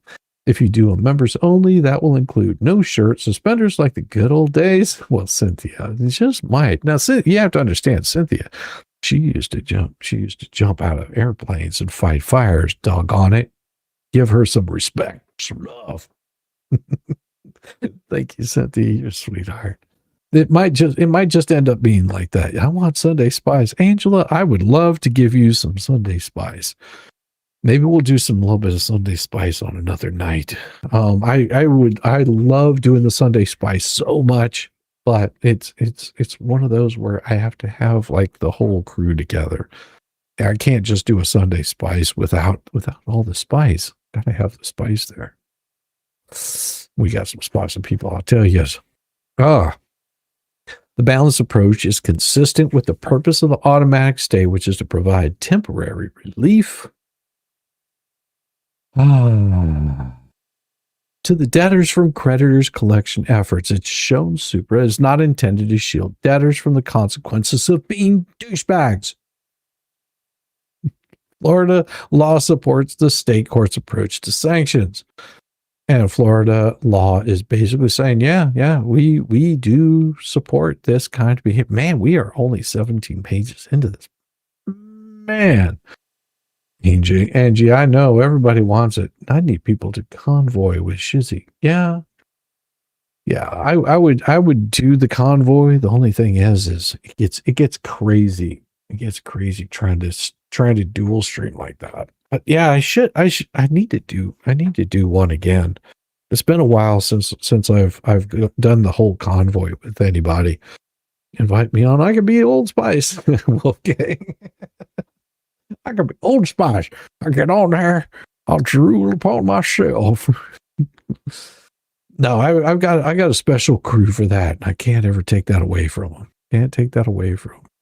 The statute includes a 21-day safe harbor provision, which allows a party to withdraw the offended pleading to avoid sanctions. Here, the defendants properly served a 21-day safe harbor letter on Preston and her attorney before filing the motion under Florida statute. It was revised in 1999 and now applies to any claim or defense. It does not require that the entire action be frivolous. This broader scope reflects the legislature's intent to deter frivolous litigation when parties are forced to defend against such litigation. Now, the voluntary dismissal does not divest the court of jurisdiction to hear a motion under the Florida statute. Preston's voluntary dismissal for complaint after the expiration of the 21-day safe harbor period does not shield her from sanctions for her pre-dismissal conduct. Florida courts have held that a notice of voluntary dismissal does not divest a trial court of jurisdiction to award sanctions under this statute. The only exception is where the plaintiff has oh my gosh, In the Clouds with 20. You're just begging for that song, aren't you? Holy cow. Let's show a little bit of love to In the Clouds right there. She's trying to gift up you guys. You need to show some love to In the Clouds. Man. Let's do this. Let's show a little bit of love here for In the Clouds. In the Clouds has gifted 20 of these memberships. It is gone crazy. Look at that. Clary Beth has received one. Tenacity has received one. Pokemon. Good to see you. Pokemon has received one. Grandma's Teresa, Lady Horse, Sweet Tea, Anna, and Annette. I want to say that. Annette's God. I think that's right. Lisa McKay, Susie 72. Wolfgang is Carl Smith received a gift. Chet Collett. Chet received one. Oh my gosh. Susie Segran. Nori received one. Deborah received one. Calmone. Yes, Calmone. I like that. Terry Smith received one. In the Clouds. Wow. For another 20. You were so sweet. Thank you. Glad for Music received one. Carl Bocamp. I think I said that right. Maybe I didn't, but wow. Floor Fibro Woman Warrior X and name got one too. Okay, congratulations on the 20 people who just got gifted memberships. In the Clouds. Again, you rock. Yes. Randy is a boss. I'm just saying. Rasputin's next filer will claim conflict of interest on Randy since he's a trustees counsel, which, by the way, they already tried. Well, they can't help themselves. They're constantly trying it. And of course, you know what? I should give you this wonderful In the Clouds. I think you deserve a wonderful song tonight. That's what I'm thinking. Let me see if I can find you a most happy video. How about I find you something that is going to be unexpected? You're not going to be expecting this. It's going to be good. It's going to be enjoyable. It's going to be something that I did a while back, and it's going to be just for you because with those 20 gifted memberships, I think you deserve a little bit of something more. Let me pull it up here, and I will find it because I have just the one for you. Let me find it. Yeah, it is not that one. It's not this one. I think it is this one right here. This is for you because I think you might like this one. This is one of my earlier videos. Enjoy. This is for you, sweetie.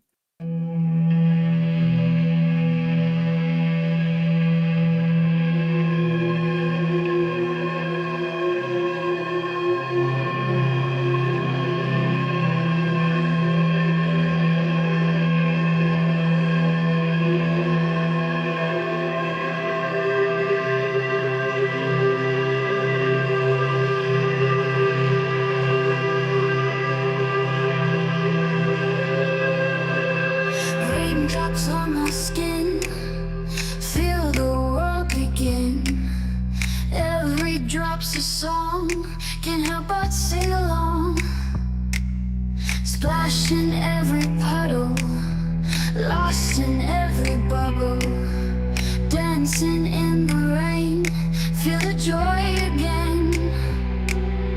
Rain, rain, don't go, let your rhythm flow. Hearts that never slow in the afterglow. Clouds up in the sky, worries say goodbye. Every splash a sign, we're just doing fine.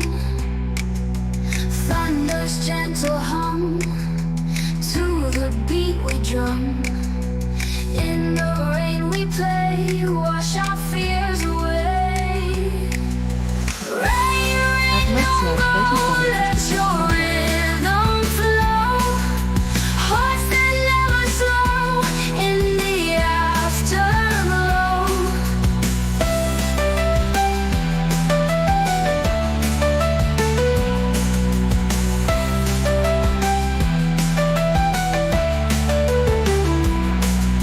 Clouds up in the sky, worries say goodbye. Every splash a sign, we're just doing fine. Thunder's gentle hum, to the beat we drum. In the rain we play, wash our fears away. Rain, rain, don't go, let your rhythm flow. Hearts that never slow in the afterglow.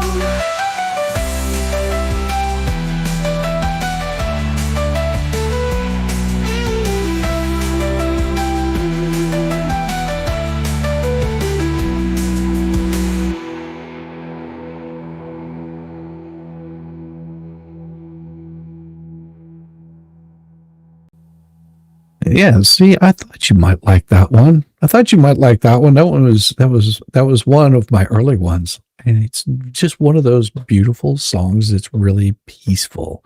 And In the Clouds, that just made me think of you. I was like, that is a perfect song. And also Max Labs just became a member. Shame on you, Max. No, thank you very much. I appreciate you, Max. That's awesome. Thank you very much. And yeah, it was super nice. Yeah, I've got some really good stuff out there. You can find all of my music on my channel. It's there. It's there for people to just enjoy. That's what I want, is just people to have a damn good time. And I've got danceable music, and I've got some stuff that's fun. Yeah, it is. Thank you, Tammy. I've got, like I said, not all my stuff is scary and mean and joking. Some of it's pretty chill. Yes. I like to have some fun stuff. It expired. It does happen, Max. It does happen. It does expire every so often. And what I may do is put together like a nice little member stream and show you some of the really cool stuff that I've been working on. I've got some new ones that I've been working on, but I might just save that for a members thing, just so everybody can, that's a member can sit back, sort of enjoy, and we'll just have like a Q&A and pay nothing but attention to chat. She's, my favorite song. Oh, well, one of the two songs. Yeah. I got a couple of them out there. In which case, the sanctions pursuant to 57-105 are unavailable. And I always appreciate you guys. This is one of the things that I think is hard to do is please every single person every single time on every single thing that you do. But you guys' support throughout all this it's just great. It's wonderful having you guys here. It really is. And that's why I don't do members streams that often. But if I do a members stream, just know that it's not because I'm leaving anybody out. I'm giving something a little bit extra to people that are giving a little bit of something extra. You have some songs that don't involve turtle rescuing? Yes, Mama Bear. I do have some songs that don't involve turtle rescuing. I've been doing this for a while. You know, Hales wasn't the only thing that I covered, but I've been covering this more because there's so much information out there and so much craziness that I've been seeing. It is let me just stop that for a second right here. So here's the thing. My channel, whenever I first formed this channel, I wanted to talk about just random stuff, just have a good time, hang out with people. And you know, I saw this Hales thing come along, and I started looking at it, and I was just like, okay, like this whole deposition is crazy. Really, it was absolutely crazy. Mo and I covered it. Oh, and everybody, I think, had already seen the deposition. I was sort of taking it back and watching the progression of everything and what had been going on, you know, from Jeremy to moving to Otter Creek. And you can go back and look at the very first stream that I did, covering this, was seeing how they went from being, you know, in Ohio, how they were expanding their business. They'd moved to Otter Creek. They started building their business. And that's whenever I started going back and watching those depositions the first time. And, you know, we've rewatched them again since then, because there's a lot of things I didn't know at the time that make much more sense now. And I'm so glad that you guys could hang out and watch for that. Going back and watching those depositions, but the first time was Mo and I watched the depositions, and I got all kinds of flack from, you know, some rando on the internet that we know now to be, you know, Bubbles or Bruce or whatever name he's going by. I'm sick and tired of the transcript. Well, that does happen. So going back and watching that deposition was absolutely enlightening the first go around. You were like, holy cow, there's actually people that act this way in a deposition. It was strange to me. I got hit up by Bruce wanting me to cover his stuff, wanted me to cover him and all that he was doing, which I didn't know and didn't really care who he was. It didn't matter to me. That wasn't where I was going with my channel. My channel was just looking at, you know, court documents, following court cases. I covered Daryl Brooks. I covered, you know, some of the Laura Owens stuff that was going on. Thank you, Linda. You have a wonderful evening. Thank you very much. I'll see you tomorrow. So going back and watching all of this really was a way of exercising my brain and, you know, learn something along the way. And, you know, maybe you guys, you know, found some enjoyment out of it. Yeah, the mac and cheese stuff was such garbage. And going back, you know, having a little bit of fun. And it wasn't until Bubbles decided to reach out to me and wanted to piss all over my leg that I actually got involved in this. He was begging me to cover it. And then once I started covering it, he didn't like it too much, that I didn't agree with his assessment of things. Well, that's the thing. I don't have to agree with his assessment of things. I can look at something and make up my own mind. Same way as you guys can look at my assessment of something and say, he's completely wrong. This case is like a car wreck, train wreck, or a plane crash. You just have to watch it. Can't turn away. And, you know, and it's amazing, you know, and I think Jeremy talked about this a little bit tonight, you know, this all, and even Yamaha was saying this the other night, all of this crap was brought about by Lynette. The reason that we cover this is because we see the behavior of a person that is causing issues, in our opinion, in her own town, with her own family, with her own child. And our heart breaks for it.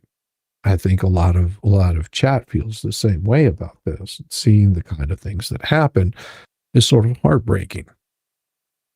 We are limited on what we do. We don't go out there and tell people, go do X, Y, or Z. We actually discourage that. Let the people that are there handle this. Let the court handle this. This is one of those kinds of things where we've covered these kinds of cases for a while. Then you had the fleas that wanted to be involved in this somehow, and seeing them act a certain way and misbehave in a certain way is like, okay, they're getting so much of this wrong. And so we talk about where they're getting things wrong, in our opinion. Now, we don't personally have anything invested in them because they run their channel how they want to. We point out whenever we see something shady happening, like, for example, doing a fundraiser for things that never materialize. And that's where the community came together. They put in a bench. They put in a birdhouse. They put in a well. They put in pear trees to show that there's support, and it's not something that has to be difficult to do. It's not like anybody's trying to go out there and hurt anybody. They're saying, listen, we support you to Jeremy. We support that. We understand how stressful this can be. And Jeremy believes that it's stressful on a family there in Otter Creek. And he sees it on a regular basis. We don't see what goes on there. Then you get more people that pile in. You got people like Paint Chips and Volpe and, all these idiots that want to jump in. They want to come and harass channels. Why do they harass the channels? They'll go so far as to make up lies. They'll go so far as to create more issues than ever need to be done. And why do they do it? Well, because they feel left out and they act like petulant children. So as far as whenever you've got somebody out there saying, hey, I'm going to do X or Y or Z to you. Well, I've done nothing to you. I've just shown court documents on your behavior.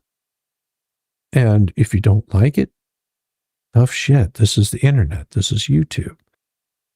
You don't have to like what I'm doing. Matter of fact, go do your own thing. Have fun doing it. I don't attack you.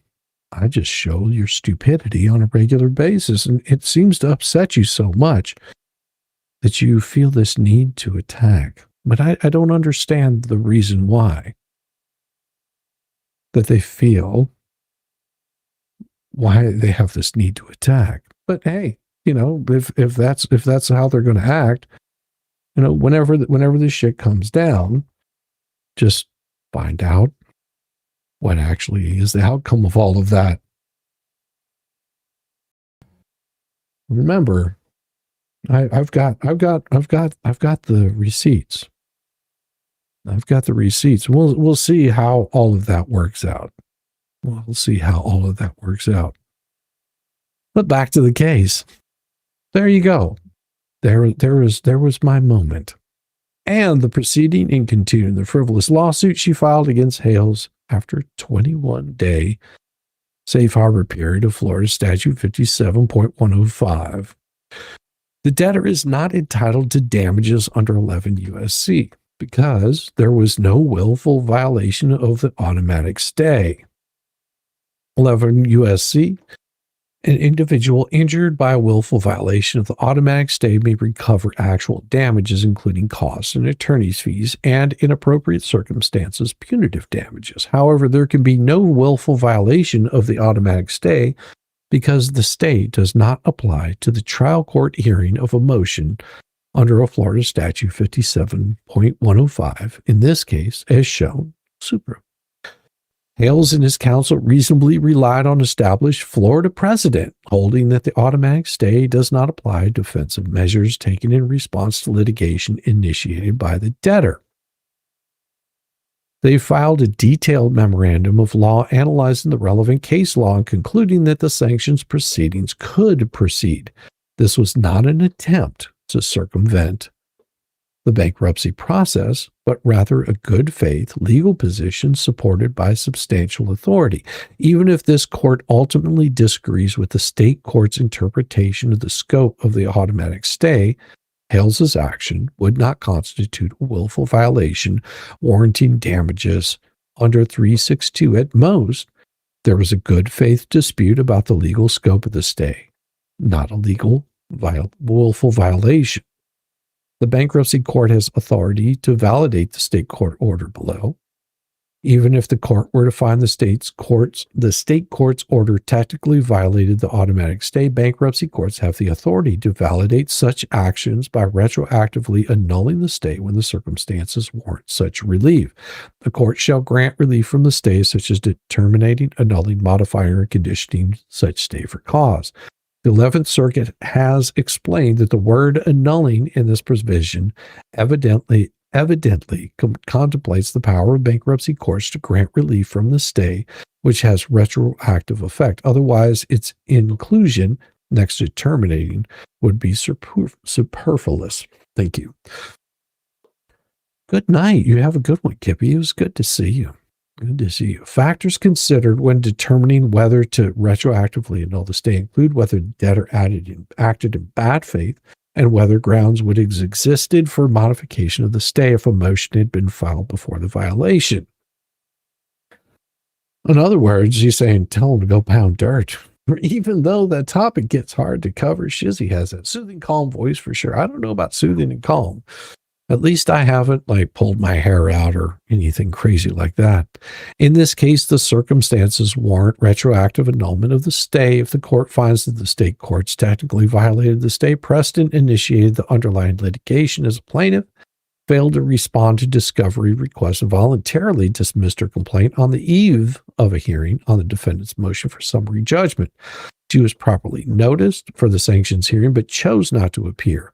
The circumstances demonstrate that grounds would have existed for modification of the stay if the motion had been filed before the state court order. For the foregoing reason, the automatic stay does not apply to the sanctions proceeding against the debtor who initiated the underlying litigation as plaintiff. The state court properly exercises its concurrent jurisdiction to determine that the motion could proceed despite the automatic stay, and its order granting the motion determining entitlement to sanctions while reserving jurisdiction to establish the amount once the stay is lifted shows appropriate deference to the bankruptcy proceedings. The sanctions were imposed against both the debtor and her former attorney equal shares, demonstrating that they addressed the litigation misconduct rather than attempting to collect a debt from the debtor personally. The debtor cannot use the automatic stay as both a sword and a shield, pursuing claims against others while simultaneously claiming immunity from the consequences of her frivolous litigation. There was no willful violation of the automatic stay where the debtor is not entitled to damages under 11 U.S.C. Wherefore, creditor Jeremy Hales respectfully requests that this honorable court deny the debtor's emergency motion to enforce the automatic stay and for damages pursuant to 11 U.S.C. Find that the automatic stay does not apply to sanctions proceedings in Levy County, uphold the validity of the state's court order granting defendant's motion, and deny the debtor's request for damages under 11 U.S.C. and grant others such relief as the court deems just and proper. Respectfully submitted, Randy Shockett, attorneys. Certificate that went to motion for clarification was furnished by electronic or standard first class mail to the parties. Jerome, Dennis, Teresa, and the trustee, because that's only people that need to be notified of this. They hate Jeremy. What is that? They hate Jeremy more than they want to know the truth. Everything LP and Felicia and followers do are colored by hate. I don't know. Hate is such a strong word. I think maybe it's just ignorance. Maybe. I don't know. Of course, I have lots of opinions about all this stuff. None of them are any more valid than the next person's. So true. Can you imagine a life fueled by hate? Oops, we watch it. Yeah, yeah. The song Buckets at Marineland gets stuck in my head every few days until I play it. Maybe you could rewrite the song using words that aren't so weird. Not so weird. Well, you have to understand the song Buckets at Marineland. There was the song. You have to understand the song. The reason why it sounds so weird is that song was written about a true story. So in a little place in, I believe, France called Marineland, they shut down the aquarium, and they're having to move the whales to other places. But they have a mama and its son, and they don't want the son getting the mama pregnant. So they go out every few 30 days and fill a few buckets of what do you call it? Whale juice. They milk the male for its spunk, I guess is the best way to put it. And that's what this song is about. It's making a mockery of the silliness of all of it. So that's why you have to understand what that song is about. And then you understand why the lyrics are so weird. It has evolved into an evil hatred. Yes, Jerry, it has. I know I had to come in and out a few times. Hey, Rogue, how you doing? Good to see you. I see. Yeah. Hate is such a strong word, but your comment is also true. Yeah. I mean, I think there's some issues going on there, but I do have time just for one more thing. For all you lovely people out there, I know that you come for just that one letter. You're just waiting on it. You're enjoying my dulcet tones, but I do have it for you. And it's not this one here. The open letter is not for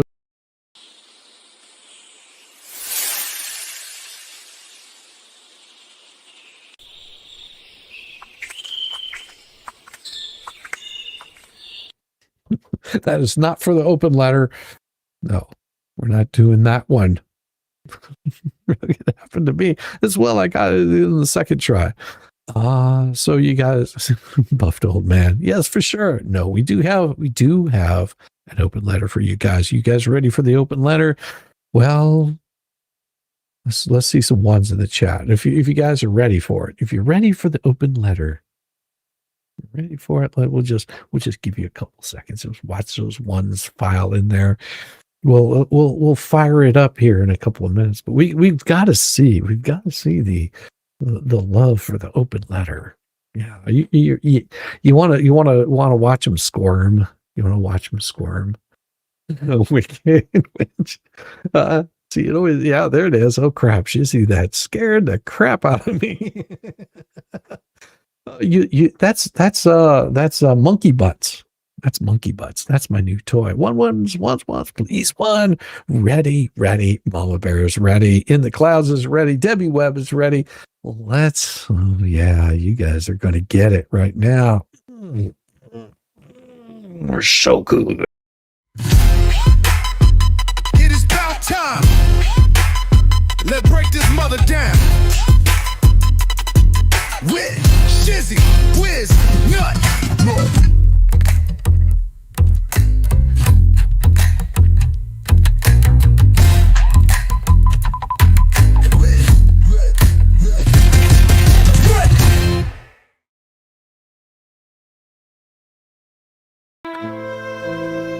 Open letter to Saranwrap Escuela. There are moments in this ecosystem where a filing arrives not as an advocacy, but as performance art. A document so aggressively confident and yet so structurally unsound that you're forced to stop, reread, and ask yourself whether the author genuinely believes their own bullshit or whether it was dictated aloud during a spirited brainstorming session that involved a Bluetooth headset, a flushing toilet, and a blurred Zoom background valiantly fighting for its life. Because this emergency motion is one of those moments. Saran Wrap did not merely file a bad motion, he shrink-wrapped a bad idea around a worse argument and attempted to microwave it into legitimacy. Let's kick this off with the basics. The title and the tone. Emergency. Motion. Oh, how precious. You slap emergency all over this thing like it's a fire alarm in a clown car, blaring sirens in bold caps. As if the court is going to drop everything and convene a midnight session because your client's ego is on life support. Newsflash, Saran, emergencies in court are for things like imminent harm, not imaginary insults to the bankruptcy court. Well, this isn't an ER, it's a docket. Your repeated shrieks of urgency read like the desperate pleads of a toddler who just realized his nap time got extended. Nothing here screams crisis except the panic in your own prose, which leaks out of like sweat from a lawyer who knows he's about to get bench slapped. Because, courts don't buy hysteria, they buy facts, they buy law. You've got neither, just a lot of hot air wrapped in legalese so thin it's practically see-through. Fitting since we're calling you Saran Wrap.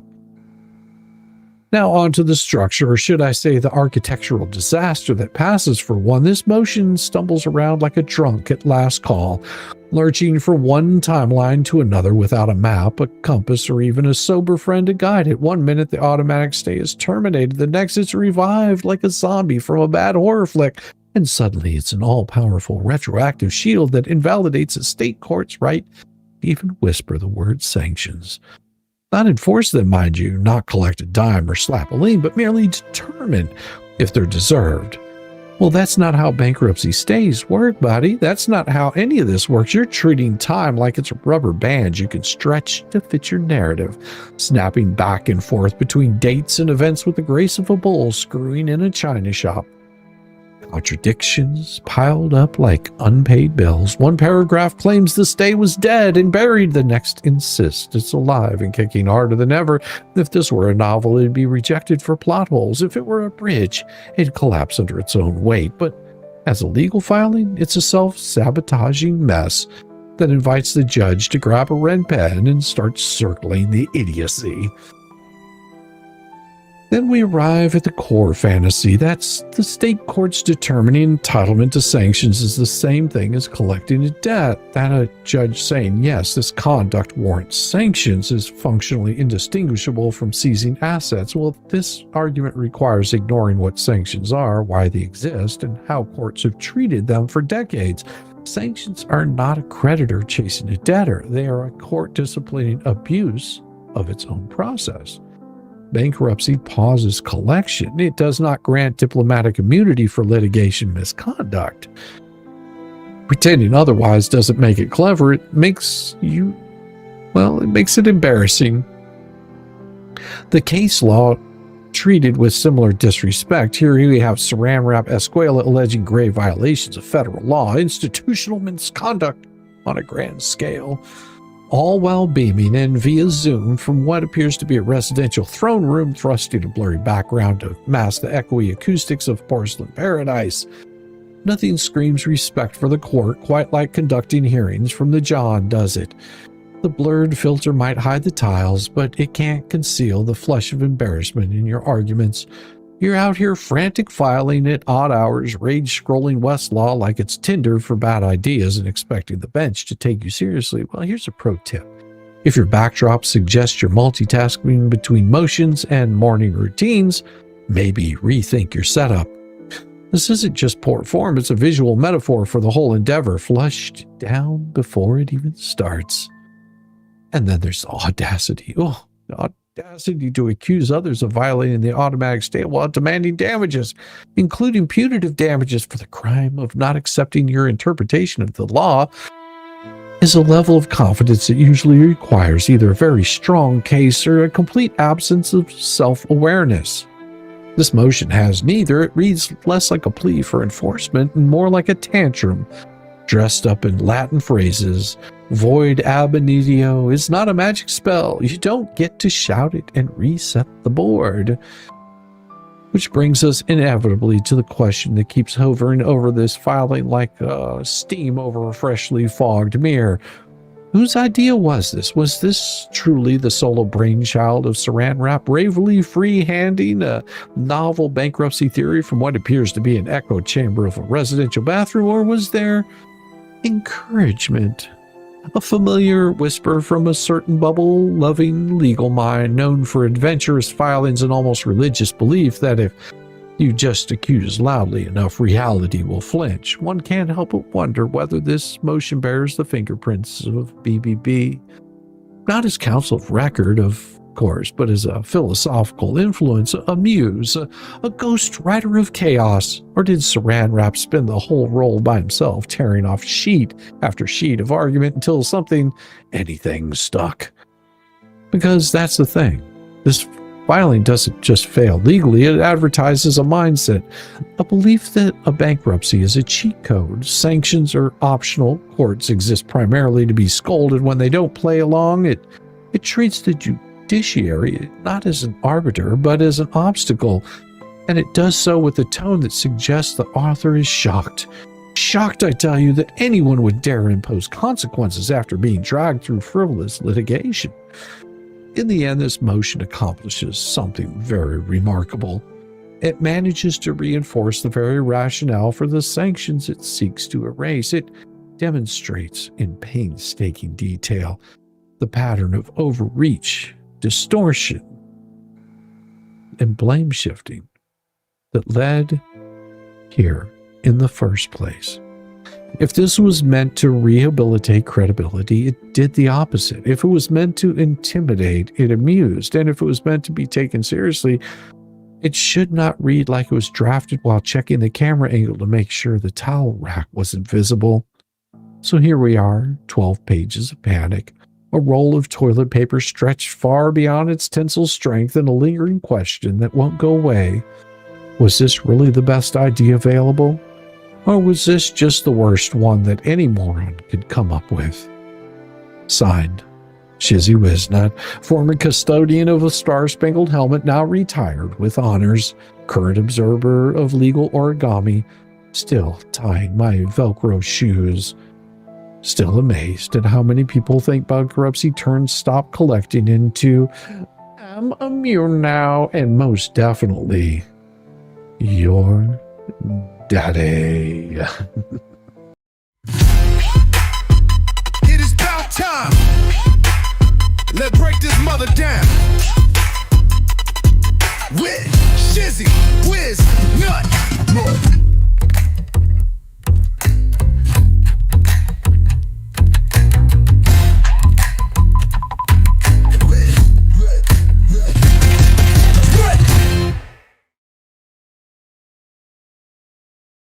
Beautiful place to be on this stream with all of you, chat. Thank you very much, Wolfgang. You know, it did amaze me, because whenever I first read through it, I was like, "Is this guy serious?" I mean, I'm an idiot, but that thing. I mean, once I started like pulling up the citations and stuff, I was just like, "Man, this is a whole bunch of mess."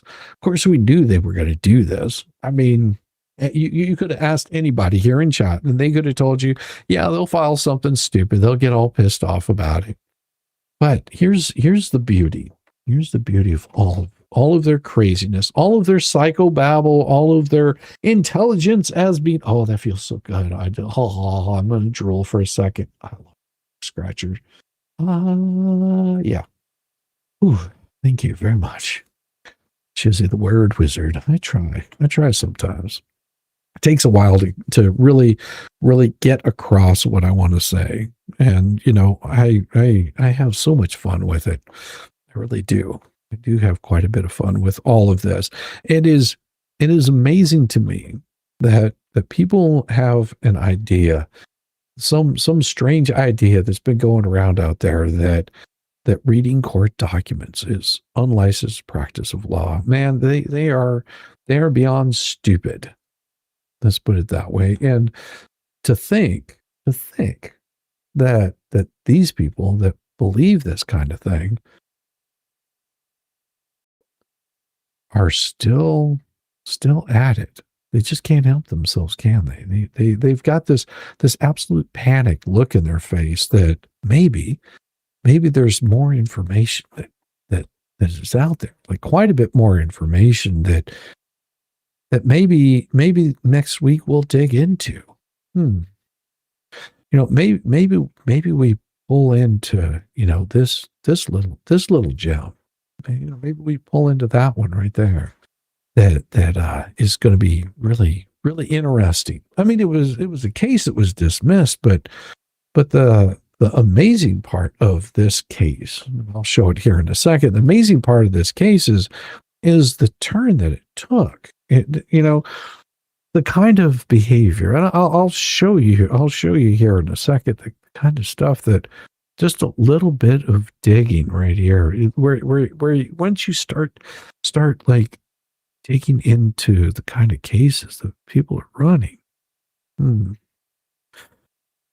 don't know. I'm not sure if I should show it. Maybe I should just keep you guys in the dark here, wondering what exactly is it he's talking about. Well, you know, maybe I show you like the kind of behavior that, you know, defendants filed on behalf of the plaintiff another motion on the 10th. On the 20th, they filed another motion.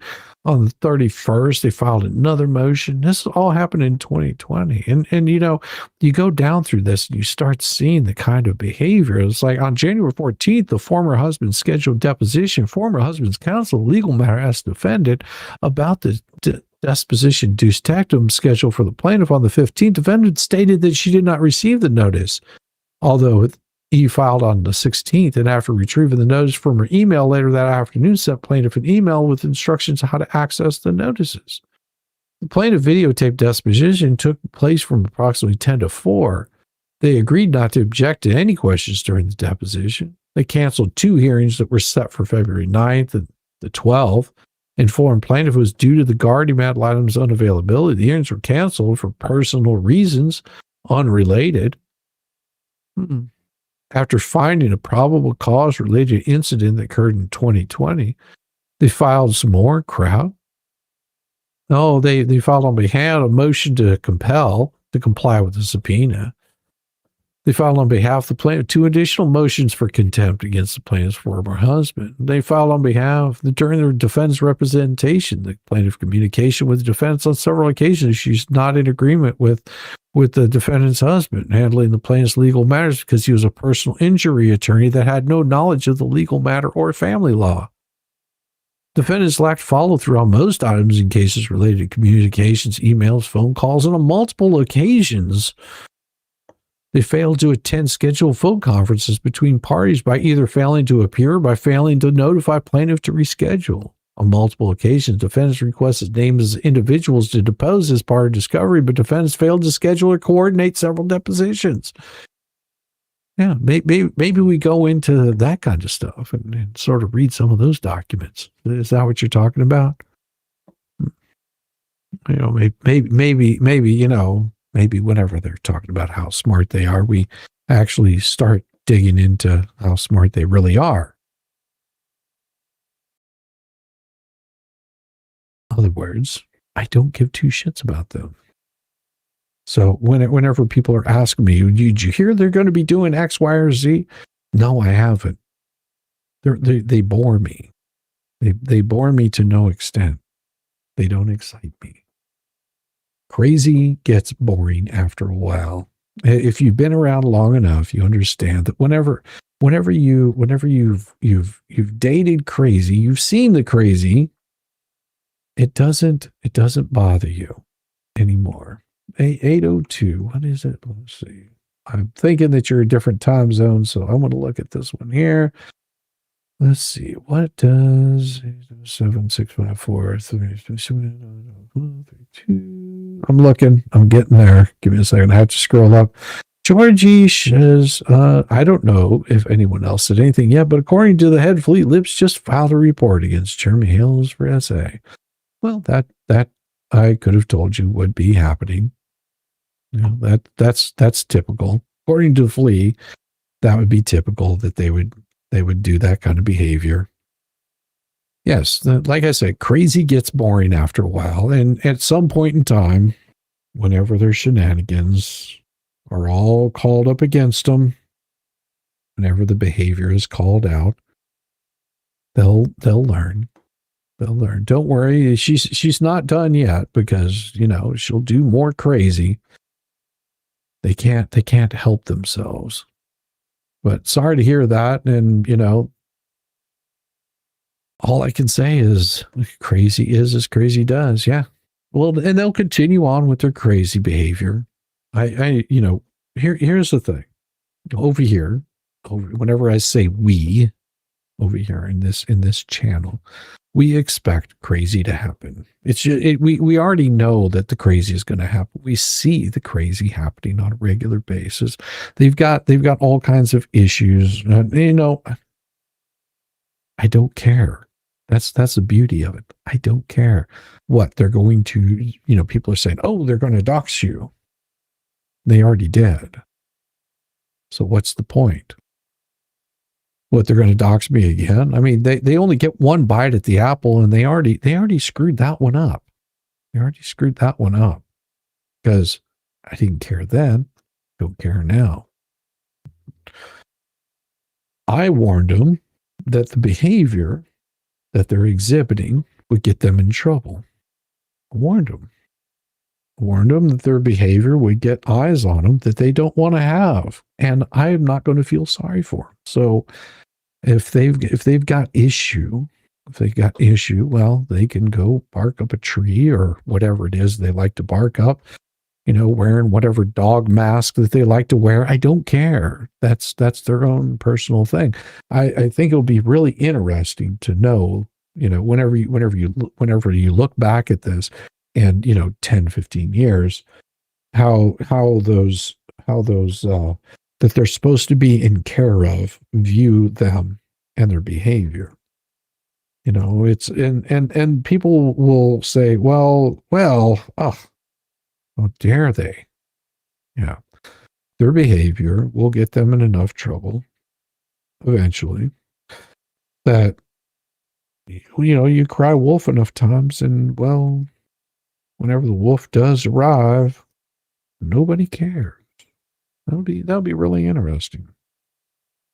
I think this is one of those things that, I don't know, as Gen X, we tend to hear that kind of stuff. We actually listen to those stories and took those kinds of stories to heart. Those were stories that were told down generations. I think maybe we lost some of that as we've gotten older. Kids don't understand there's a result, there's a consequence of bad behavior. If you don't understand that there's consequences of bad behavior, you can look at what happened just recently in Minnesota. There's consequences of bad behavior. Police officer tells someone, stop, you're under arrest. And they don't. They decide to hit him with a car. Bad behavior, bad consequence, bad outcome.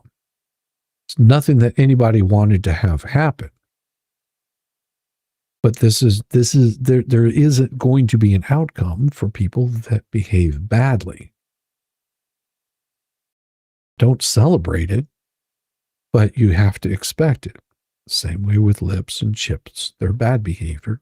Lisa, her bad behavior. All of the bad behavior that these people are doing will come back to them, and they won't like the consequences of it. And that's just the way the cookie crumbles. As for me, I'm not involved in their shit. I don't care about their shit. They've got issues with me. That's a them problem. It's not a me problem. So whenever they're freaking out, just remember the reason that they're freaking out is because they want you to see what their response is going to be. They want you to go over there and say, "Ooh, you heard what Shizzy said, and we're going to go over here and look." My suggestion is find something more enjoyable. Find something more enjoyable, something that gives you peace, joy. Don't worry about them. They are a blip on the radar, and that's all they'll ever be. And that probably bothers them more than anything. Let them be a blip. Just an alien surfing through space, happy and content is where I like to be. But making Nick angry is bad news for BBB. Oh yes, David, it is. David Air Force vet, it absolutely is. And you know, they've gone after Nick, and it's not going to look good for him. And Nick is going to start going over that case, and whenever he starts digging into it, it's going to go glorious. I know it is. It's going to be wonderful. Because he's not going to hold back. He's going to look at the craziness of it, and he's going to be breaking it down and just being like, "Oh my God." Like the crazy that he gets to see. Oh, chef's kiss, baby. It's going to be beautiful. And we'll get to see it all happen. And it's just going to be one of those that you're just like, oh. I didn't realize that there was this much shenanigans going on, but now you get to see it in all its glory. My songs, my humor, my open letters are all what we come to my channel for. Exactly. I don't have any reason to be any part of their drama. And that's what they want. They want me to come after them and attack, but I have no reason to. I have no reason to come after them or attack them because I don't care about them. And I think that drives them up the wall because they don't matter. They don't matter to me. And they've already come after me. They've already come after my wife. What are they going to do? They're going to come after me and my wife again? Well, that sounds like a great fucking plan. And see how it worked the first time? It didn't. So there. That's been addressed, and that's all I need to say about it. Everybody have a wonderful day. I'm going to send you over to go see, I think it's Nick is where I've got you guys going. Let me double check on that and make sure. I think that's where I've got you guys going. Because I think he's covering more of the pew-pewing there. And I don't know if anybody else is actually live. I've got Melissa Jane. She's doing words on stream. You could always watch that. That'd be good. But if you just, I mean, that's what it is. It's words on stream. How is she said her family? Oh yeah. I mean, I don't believe anything that they say. So that's just me personally. I don't believe a word that they say. It's hard to believe anybody that lies on a regular basis. I mean, but that's how it goes. That's how it goes. Maybe her trust is controlled by him. Oh no, there's no money there. There's no money there. Because if they had the money, then they wouldn't be in a foreclosure right now, or 2 foreclosures. And yeah. Best quote ever. Let them be a blip. Thank you, Mama Bear. Yeah, just let them be a blip. That's all that matters to me. Everybody have a wonderful night. Go say hi to Nick. Throw a little bit of bacon in the chat or gumdrops or something, and tell him that she sent you. Show him a little bit of love. Everybody have a wonderful night. And you know, just remember, tomorrow's going to be another day, and it's going to be even better. I'll see you soon. Peace out.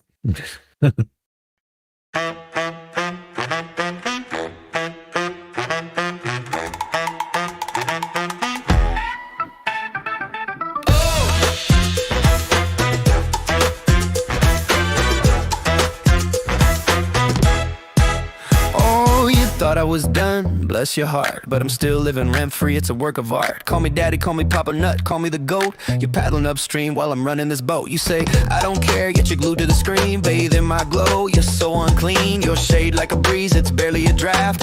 I'm the Picasso of roasting your ass. You say you're over me, oh how cute, but here I am, still the star of your loop. You're my biggest fans, don't even deny. So grab some popcorn when daddy goes live, live, live, live, live, live. Call me daddy. Daddy, daddy. Yeah, shout it loud. You're a mental midget while I stand proud. Papa Nut, Shizzy, daddy, headline act. Your background noise and it's just a fact. Call me daddy. Daddy. Let's face the score. You hate that you love me, but you keep wanting more. You're like a dog chasing chasing cars, you don't know why. You don't know why. But here you are, barking while I touch the sky. While I touch the sky. Your comments are gold, such comedy gold. Who hurt you? Oh wait, it's me, I'm told.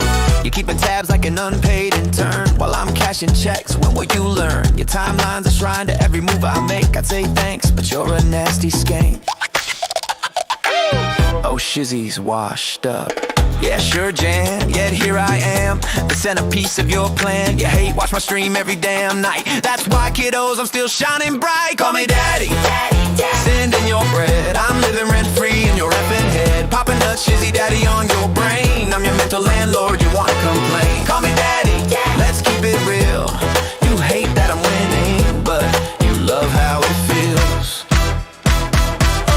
Sorry that I break your streak. You tried to ignore me for like half a week, but daddy's too spicy, you can't look away. I'm the train wreck you need every single day. So while you're out there and you're trying to chase cloud, I'm here sipping coffee watching you freak out. You're irrelevant, wow, what a take. Now go rewatch my vids and I count how much I make. Call me daddy, yeah, own it now. I'm rent free your brain and you don't know how. Pop a nut, Shizzy daddy, let's set the bar. I'm bigger than life, you're a burned out star. Call me daddy, embrace your role, cause I'm the main character.